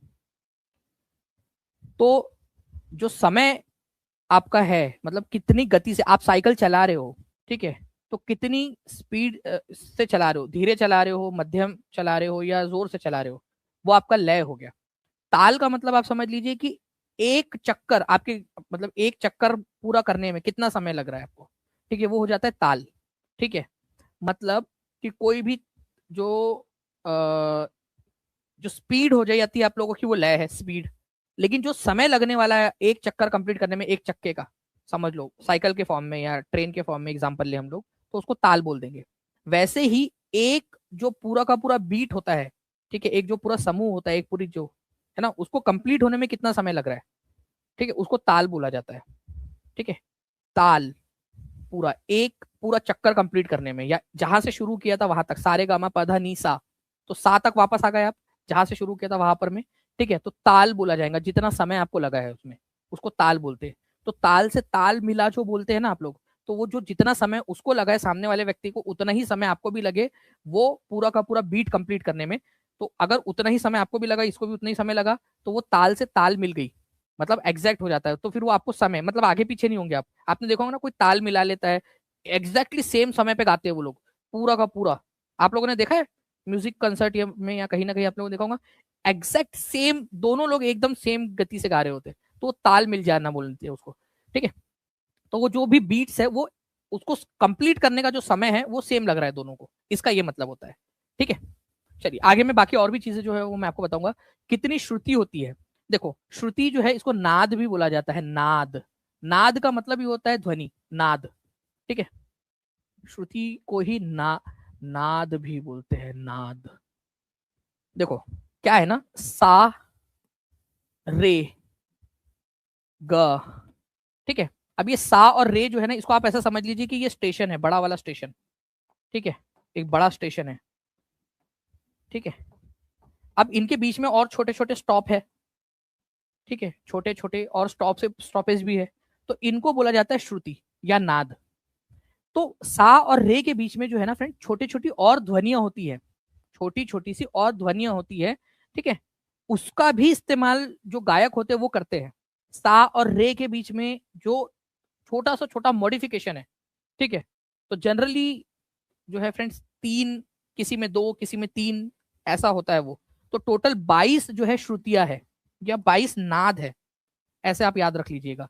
तो जो सबसे छोटा जो स्वर होता है ना, छोटे से छोटा स्वर, ठीक है, ये जो आपके बड़े स्वर है ना आपके, उनमें भी जो सबसे छोटा नोड होता है या सबसे छोटा जो श्रुति है, मतलब सबसे छोटा जो स्वर बन सकता है उनके बीच में, ठीक है, उसको आप लोग श्रुति बोलते हो। तो ऐसे सारे गामा पधा नी, इनके बीच में पूरा मिला दिया जाए तो टोटल आप लोगों के 22 श्रुतियां है हिंदुस्तानी संगीत में। कितनी श्रुतियां है? 22 श्रुतियां है, ठीक है। इसको नाद भी बोलते हैं आप लोग। चलिए 20 का आंसर हो जाएगा। म्यूजिक यूनिफॉर्म स्पीड में जो गाया जाता है, ठीक है, फिर से देखिए क्वेश्चन रिपीट हुआ। मैंने आपको बताया जहां स्पीड आ जाती है एक यूनिफॉर्म स्पीड में, चाहे मध्यम गा रहे हो आप, ठीक है, आप देखना, आप कोई भी देख लीजिए, राहत फतेह अली खान वगैरह का म्यूजिक सुन लीजिए या पंडित रविशंकर जी वगैरह जो होते हैं उन लोगों के म्यूजिक सुनिए आप, ठीक है, वो क्या करते हैं ना, एक स्पीड बांध दे लेते हैं वो, उसी स्पीड में उनका जितना भी सारी चीजें चलती है उसी स्पीड में चलती है, उस स्पीड में, तो उसको लय कहा जाता है आपका, ठीक है। वो जो भी चीज है उसको लय बोलेंगे आप लोग। और ताल का मतलब मैंने आप लोगों को बताया फ्रेंड्स कि वापस से एक चक्कर पूरा कंप्लीट करने के अंदर में जो आपको समय लग रहा है, जो एक बीट है उसमें कई सारे स्वर हो सकते हैं, उस स्वर को पूरा बीट को कंप्लीट करने में जो आपका समय लग रहा है वो हो गया आपके ताल, ठीक है, जो समय लग रहा है। और सम का मतलब होता है उसमें जो सबसे हाईएस्ट वाली जो फ्रीक्वेंसी के ऊपर में आप बजाते हो या जो तबला बजाते हो, एक होता है ना गाना गा रहे हो और एकदम से एक एक तबला या जो होता है या ताली जो होती है, ठीक है, या जो थोड़ा सा लाउड स्वर निकलता है, वो हो जाता है सम। जब किसी भी रिदमिक साइकिल के अंदर में एक जो पहली बीट जनरली सम होती है, मतलब बड़ा स्वर होता है उसका, ठीक है। या मान लीजिए कि जब भी आप कोई ताल में कुछ लय और ताल में आप गा रहे हो और बीच में एक जो बड़ा वाला या तबला बजा देते हो उस समय में, और उसी समय में जो तबले पे होता है वो तबला बजा देता है, जोर से मारता है ढंग करके, ठीक है, ऐसा बजा रहा है और ऐसा ढम करके मारा उसने जोर से, और सामने वाला जो गा रहा है व्यक्ति उसने भी अपना स्वर ऊपर कर लिया है उस समय में, ठीक है, तो वो बनता है सम आपका, ठीक है। तो जनरली ताली या सम इसको बोला जाता है। और छंद जो होते हैं फ्रेंड्स आप लोगों के, जो लय, ताल और सम, इनको जब एक सीक्वेंस में बांध दिया जाता है वो छंद होता है। जनरली छंद जो होता है आपका, जैसे राम राम राम राम राम, ऐसा आप कोई जो शब्द है उसको एक किसी ताल, लय और सम में आपने बांध दिया है, वो आपका बन जाता है छंद। कविताओं को आप गा कर पढ़ रहे हो तो वो छंद बन जाते हैं, ठीक है। चौताल, ठीक है, इसके बारे में बताइए। चौताल जो है वो किसके अंदर में कौन सी गायकी में इस्तेमाल होता है?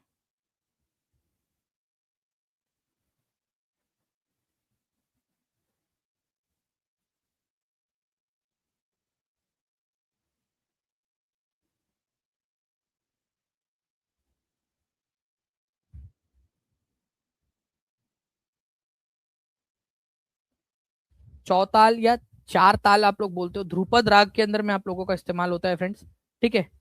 ध्रुपद राग के अंदर में सबसे पुराना राग है आप लोगों का, ओके, ध्रुपद राग। तो इसके अंदर में आप लोगों का चौताल यूज होता है। चौताल के अंदर में पता है कितनी मात्राएं होती है? 12 मात्राएं, 12 मात्राएं, ठीक है।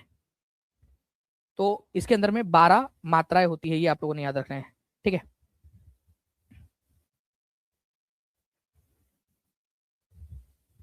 हिंदुस्तानी संगीत में नाद, देखिए क्वेश्चन मिला था मुझे तो वो भी आप लोग बता देंगे जल्दी जल्दी से।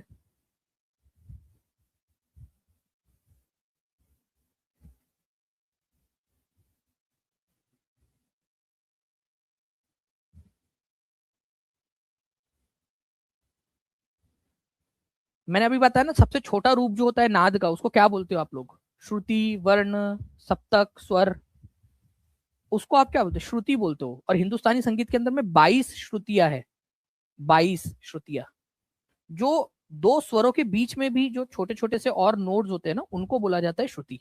तो टोटल 22 श्रुतियां है। ओके, चलो मैं आप लोगों को बता देता हूँ, बताना चाहता हूँ फ्रेंड्स कि जैसे मान लीजिए कि आप लोगों से बोल दिया जाए, एक मैंने अभी आपको बताया चौताल, ठीक है, द्रौपद राग, उसमें द्रौपद गायकी उसी में गाई जाती है, ठीक है, उसमें 4 ताल या चौताल जो होता है उसके अंदर में 12 मात्राएं होती है आपकी। एक होता है आप लोगों का झप ताल, ठीक है, झप ताल, झप ताल, ठीक है, और एक होता है एक ताल, एक ताल। एक ताल में भी 12 मात्राएं, एक ताल में भी 12 होती है, और चौताल जो होता है आप लोगों का उसमें भी 12 मात्राएं होती है। बस उनका सीक्वेंस अलग अलग होता है, बस और कुछ नहीं, ठीक है, 12 मात्राएं होती है। लेकिन झप ताल के अंदर में क्या होता है फ्रेंड्स, इनके थोड़ा सा नीचे में आ जाते हैं, तो 10 मात्राएं इसके अंदर में आप लोगों को मिलेंगी, ठीक है। झप ताल के अंदर में एक होता है आप लोगों का तीन ताल। तो तीन ताल आपको लगेगा कि चौताल से ज्यादा जो है नहीं हो सकती, लेकिन एक्चुअल में तीन ताल जो होता है ना आप लोगों को, उसमें 16 मात्राएं होती है। तीन ताल में, तीन ताल जो होता है उसमें 16 मात्राएं होती है। और एक दादरा भी होता है, दादरा, दादरा, उसमें केवल 6 मात्राएं होती है। तो ये इसका अगर आप लोगों को चाहिए होगा तो मुझे बता देना, मैं आप लोगों को प्रोवाइड करवा दूंगा क्वेश्चन, ठीक है। आपने ठुमरी कभी अगर सुनी हो, ठुमरी, गजल, भजन, जो हल्के गाने होते हैं ना, उसमें दादरा का इस्तेमाल किया जाता है, ठीक है, दादरा ताल का इस्तेमाल किया जाता है, जिसमें 6 ताल होती है, ठीक है, मतलब 6 मात्राएं होती है। और तीन ताल का इस्तेमाल किया जाता है ख्याल गायकी के अंदर में, ख्याल रूप में जो गायकी होती है उसके अंदर में, आ, उसमें आपका तीन ताल या एक ताल दोनों में से इस्तेमाल किए जा सकते हैं। तीन ताल है अगर तो 16 मात्राएं आपकी उसमें होंगी, और एक ताल के अंदर में अगर आप गा रहे हो तो 12 मात्राएं होंगी उसके अंदर में। चौताल ध्रुपद गायकी मैंने आपको बताया, ठीक है, धा, धा, धिन, ता, ठीक है। तो इस तरीके से होता है, धा धा धिन ता, टिक कट, गादी गे, ये चार चार इस तरीके से बना के 12 ताल बनते, 12 मात्राएं होती है 4 ताल के अंदर में। चलिए, फ्रूट्स और इसके अंदर में कर लेते हैं। अगर ये हम 7 बजे तक इसको नहीं कर पाए फ्रेंड्स, तो हम लोग इसका पार्ट नंबर 2 भी लगा देंगे यहाँ पर में, ठीक है। कोशिश करेंगे, क्योंकि 7 बजे आप लोगों को पता है फ्रेंड्स कि आपकी उर्दू की क्लास है, और मैंने आप लोगों से बोला हुआ है कि इसके अंदर में से आप लोगों के 10 क्वेश्चन मैं कराऊंगा। बहुत सारे क्वेश्चन अभी भी बचे हैं मेरे पास में, ठीक है। तो जो उर्दू के बच्चे हैं वो लोग भी जरूर देखिएगा, सेशन को लाइक जरूर कर दीजिए फ्रेंड्स, और शेयर कर दीजिएगा, चैनल को सब्सक्राइब कर देंगे, ताकि सारे के सारे टॉपिक्स मैं आप लोगों को करवा दूं आज के आज ही, ठीक है। तो चैनल को सब्सक्राइब कर लिया आप सभी लोगों ने, और सेशन को लाइक कर दिया है, एक बार चेक कर लीजिए आप लोग। 1300 से ज्यादा बच्चों ने यहाँ पर मैं सेशन को लाइक कर दिया फ्रेंड, बहुत बहुत शुक्रिया आप सभी लोगों का। जहां भी शेयर कर सकते हो शेयर जरूर कर देंगे आप लोग, ठीक है। चलिए, आपको बताना है कि सेंट्रल एगमार्क लेबोरेटरी कहाँ पर में है, ठीक है, नागपुर के अंदर में है। और इसकी जो और लेबोरेटरी है, ठीक है, वो कितनी है, 22 है, अलग अलग देश भर में, लेकिन जो मेन सेंट्रल है इसका वो नागपुर के अंदर में है।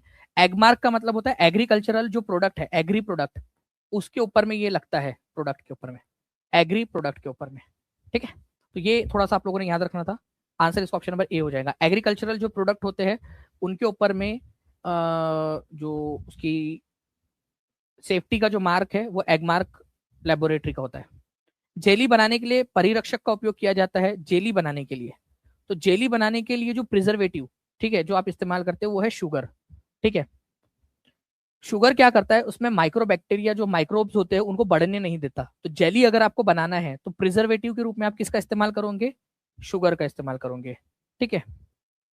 पैक्टिन क्या करेगा, पैक्टिन जो है उसको गाढ़ा करता है, कॉगुलेशन जो उसका बनाता है ना, गाढ़ापन या लेप टाइप का बनाता है, वो बनाता है पैक्टिन, ठीक है। तो पैक्टिन उसको गाढ़ा करता है, और शुगर जो है उसको बैक्टीरिया से बचाता है, ठीक है। चलिए, आगे मैं और भी क्वेश्चन है वो भी बताता हूँ। जैम, जेली और मार्मलेड फलों को लगभग कितने सॉलिड के ऊपर में गाढ़ा करके आप लोग जो है वो बना सकते हो, मतलब कितना परसेंट। तो देखिए फ्रेंड्स, मैं आपको बता दूं, 65, 68 और 70, ठीक है। 65 से 68 के बीच में होता है ये, और नियरली इसको आप लोग 70 बोल सकते हो, ठीक है। तो 65 से 70 के बीच में मेनली 68% होता है, ठीक है, उसका कंसेंट्रेशन, मतलब सॉलिड्स जिसको बोलते हैं, टोटल सॉल्युबल सॉलिड्स आप जिसको बोलते हो, ठीक है। तो 65 और 70 के सबसे 65 और 68 के सबसे क्लोजेस्ट जो आ रहा है आपका आंसर, वो आ रहा है 70%, ठीक है। तो 70% जो है वो सॉलिड बनाया जाता है, मतलब उसके अंदर में जो सॉलिड होता है, ठीक है, जैम में, जेली में, मार्मलेड के अंदर में, तो 70% वो सॉलिड, 68% होता है मेनली, ठीक है, लेकिन आप उसका सबसे क्लोजेस्ट वाला 70 लगाओगे, ठीक है। जेली बनाने में पेक्टिन की मुख्य भूमिका क्या होती है? मैंने अभी आपको बताया फ्रेंड्स कि देखो शुगर तो उसको प्रिजर्वेटिव के रूप में इस्तेमाल करते हैं जेली बनाने में। प्रिजर्वेटिव का मतलब होता है आप लोगों का उसके अंदर में माइक्रोबैक्टीरिया बढ़े ना, ठीक है। लेकिन जेली बनाने में पेक्टिन का इस्तेमाल इसलिए करते हैं ताकि उसका लेप बनाया जा सके, उसको गाढ़ा किया जा सके, ठीक है। इसको कोगुलेशन बोला जाता है। तो जो भी आपने फ्रूट का जूस निकाला है उसको गाढ़ा करना है आप लोगों ने जेली बनाने के लिए, ठीक है, लुपलुपी बनाना है उसको, तो उसके अंदर में पेक्टिन आप लोग मिलाते हो। तो पेक्टिन का काम है उसको गाढ़ा करना, उसका लेप रूप देना उसको। और पेक्टिन जो है जनरली जो भी आपके जेली या मार्मलेड वगैरह जो भी आप लोग देखते हो ना, जो थोड़ा सा गाढ़ा टाइप का होता है, ठीक है, उसमें समझ आना पेक्टिन मिलाया हुआ है करके। ओके, नाउ गृह प्रबंधन, सिलाई कलाई धुलाई, इसके ऊपर में भी थोड़ा सा देख लेते हैं। खाना पकाने का सबसे अच्छा तरीका कौन सा होता है? ठीक है, देखिए फ्रेंड्स, खाना बनाने के लिए सबसे अच्छा तरीका जो है यहाँ पर मैं भाप से पकाना क्यों है, कारण क्या है मैं आपको बता देता हूँ। इसमें ना तो आपको रोस्ट करना है, भूनना है, जिससे कि उसके अंदर में जो अच्छे वाली चीजें है वो खराब हो जाए, उसके ऊपर आग वगैरह आप कुछ उसमें लगा नहीं रहे हो, ठीक है। तलने से क्या होता है, उसमें ऑयल वगैरह मिलता है, तो फ्राइंग से तलने से वो दिक्कत हो जाती है। सेकना, वही आपका जो उसके अंदर में जो जरूरी इंग्रेडिएंट्स है वो खत्म हो सकते हैं उसमें से, हट सकते हो उसमें से। स्टीमिंग में क्या होता है कि कोई भी खाना है उसके ऊपर में आप जो है पानी को डालते हो, उसको स्टीम से गर्म करते हो, ठीक है, और फिर उसको आप ठंडा कर देते हो। तो ये वाला पकाना सबसे अच्छा होता है क्योंकि उसके अंदर में जो न्यूट्रिएंट्स है, न्यूट्रिएंट्स वो उसके अंदर में मौजूद रहते हैं, फिर उसके अंदर में वो निकलते नहीं है, वो स्टोर करके रखता है।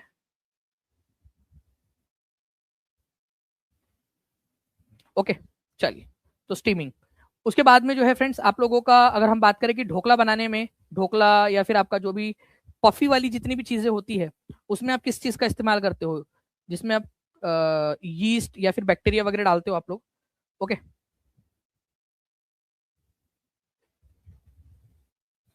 तो आप लोगों का आंसर क्या हो जाएगा यहाँ पर में? खमीरीकरण, फर्मेंटेशन इसको बोलते हैं आप लोग, ठीक है, फर्मेंटेशन। तो आपको मान लो ढोकला बनाना है, ठीक है, तो आप उसके अंदर में क्या करोगे, बैक्टीरिया, यीस्ट या दूसरे प्रकार की जो भी चीजें होती है ना, ठीक है, उसको आप डालते हो यहाँ पर में, ठीक है। चलो, अच्छा, एक और चीज है, ये भी बढ़िया क्वेश्चन है। फलों और सब्जियों को उबालने, उबलते जल या भाप में कुछ देर गर्म करने की विधि को क्या कहते हैं? ये भी एक इंटरेस्टिंग सा क्वेश्चन है।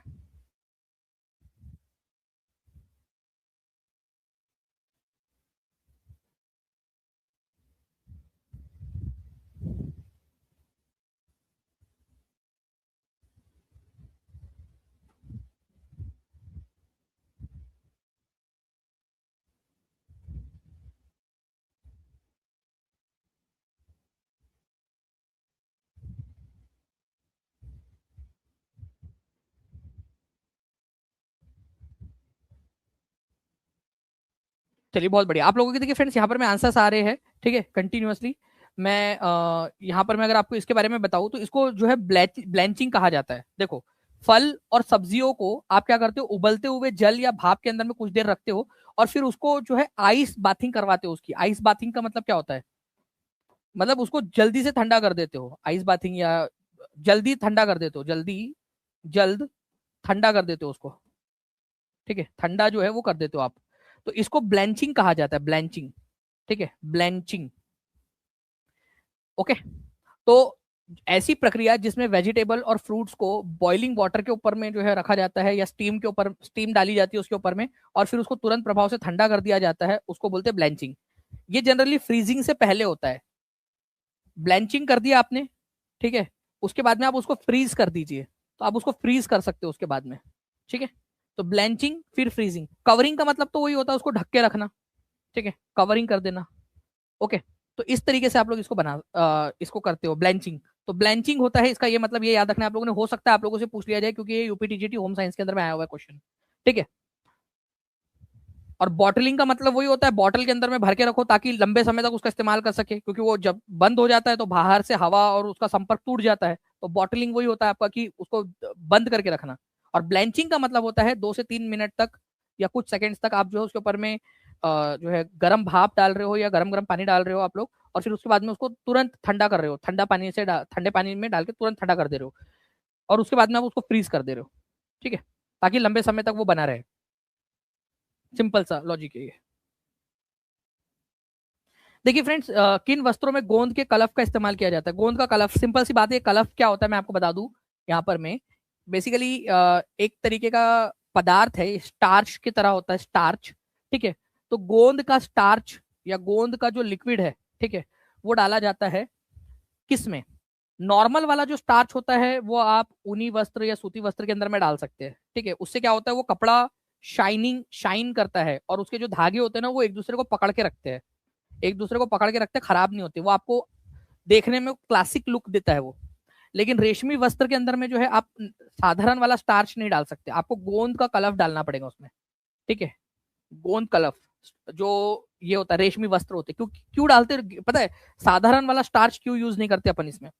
साधारण वाला स्टार्च जो है वो जो सिल्क का जो मुलायम सा रेशा है, बहुत बहुत मुलायम होता है सिल्क का, जो रेशम का जो धागा होता है, या जो सबसे पहला जो उसका रेशा होता है, ठीक है, धागा बनने से भी पहले वो टूट सकता है अगर सिंपल वाला आप स्टार्च उसमें डालोगे तो उसमें गोंद का कलफ या गोंद का स्टार्च डाला जाता है उसको बचाने के लिए। ठीक है, शारीरिक शिक्षा, व्यायाम, योग और प्राणायाम से रिलेटेड कुछ क्वेश्चंस भी देख लेते हैं। और आप लोग चाहते हो कि इसका एक और पार्ट में लगा दूं, क्योंकि समय की जो है सीमा समाप्ति की ओर बढ़ रही है, और मैं चाहता हूं कि यार आप लोगों को और जो जितने भी क्वेश्चन है मेरे पास में सारे के सारे करवा दूं मैं।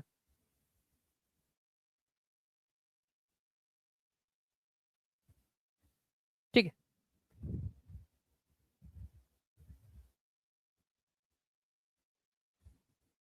तो कल वाला जो सेशन रहेगा ना उसके अंदर में भी मैं इसको कंटिन्यू कर लूंगा, तो जो भी बच्चे देख रहे हैं, ये परसों एग्जाम है, मैं कल ही करवा दूंगा, कल वाले सेशन में ही करा दूंगा। कल एक बड़ी क्लास में लेने वाला हूँ जिसके अंदर मैं आप लोगों के मैक्सिमम जो जो 10 मोस्ट इंपॉर्टेंट टॉपिक्स है वो करवा दूंगा, और उसके तुरंत बाद फिर ये वाला टॉपिक को मैं कंटिन्यू करवा दूंगा इसमें।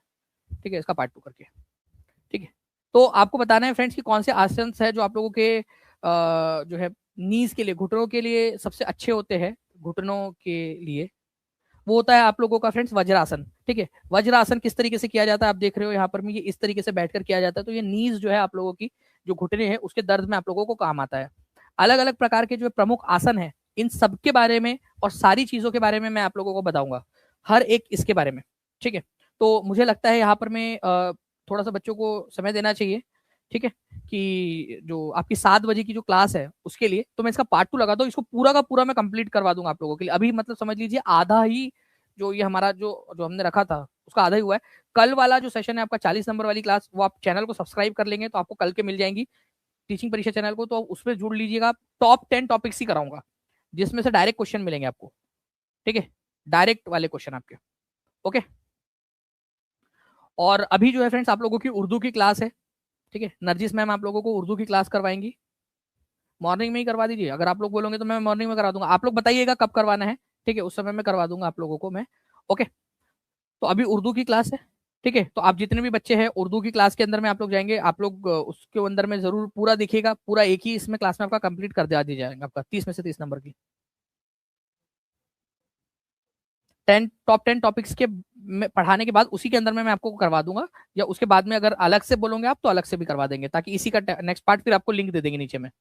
ठीक है, तो इसका नेक्स्ट वाला पार्ट में लगा दूंगा आप लोगों के लिए, उसके लिंक जब वो हो जाएगा ना सेशन तो मैं बीच नीचे में डाल भी दूंगा, तो बाद में जो बच्चे देख रहे हैं वो देख लीजिएगा, क्योंकि अभी उर्दू की क्लास 7 बजे आप लोगों की होने वाली है, समय बहुत ज्यादा कम है। ठीक है, तो काफी सारे लोग हैं, सभी पढ़ाना चाहते हैं आप लोगों को, सभी आप लोगों से बहुत ज्यादा प्यार करते हैं। ओके, तो आप वो सेशन भी जरूर देखिएगा आप लोगों के लिए। और हाँ जी, उर्दू के ऊपर में आप रिडायरेक्ट होंगे फ्रेंड्स, और उर्दू सेशन को आप लोग में से जितने भी बच्चे उर्दू के लिए पढ़ रहे हैं वो कर लेंगे, और बाकी लोग शेयर जरूर कर देना। ठीक है, ताकि जो है ऐसे ही और भी करवा सके। इंग्लिश का आप लोग बोल रहे हो तो इंग्लिश का भी करवा देंगे, स्कूल टाइम बोल रहे हो इंग्लिश का करा दीजिए, जो जो भी चाहिए आपको आप वो कमेंट में लिख दीजिएगा, आप लोगों के लिए करवा देंगे उसको। ठीक है, जो जो भी चीजें आपको चाहिए। ओके, चलो, thank you very much, take care and bye, God bless you all, thank you very much. हाँ, आपको ये पीडीएफ कहाँ मिलेंगी? तो टीचिंग परीक्षा एप्लीकेशन पे मिल जाएंगी, टीचिंग परीक्षा के एप्लीकेशन पर।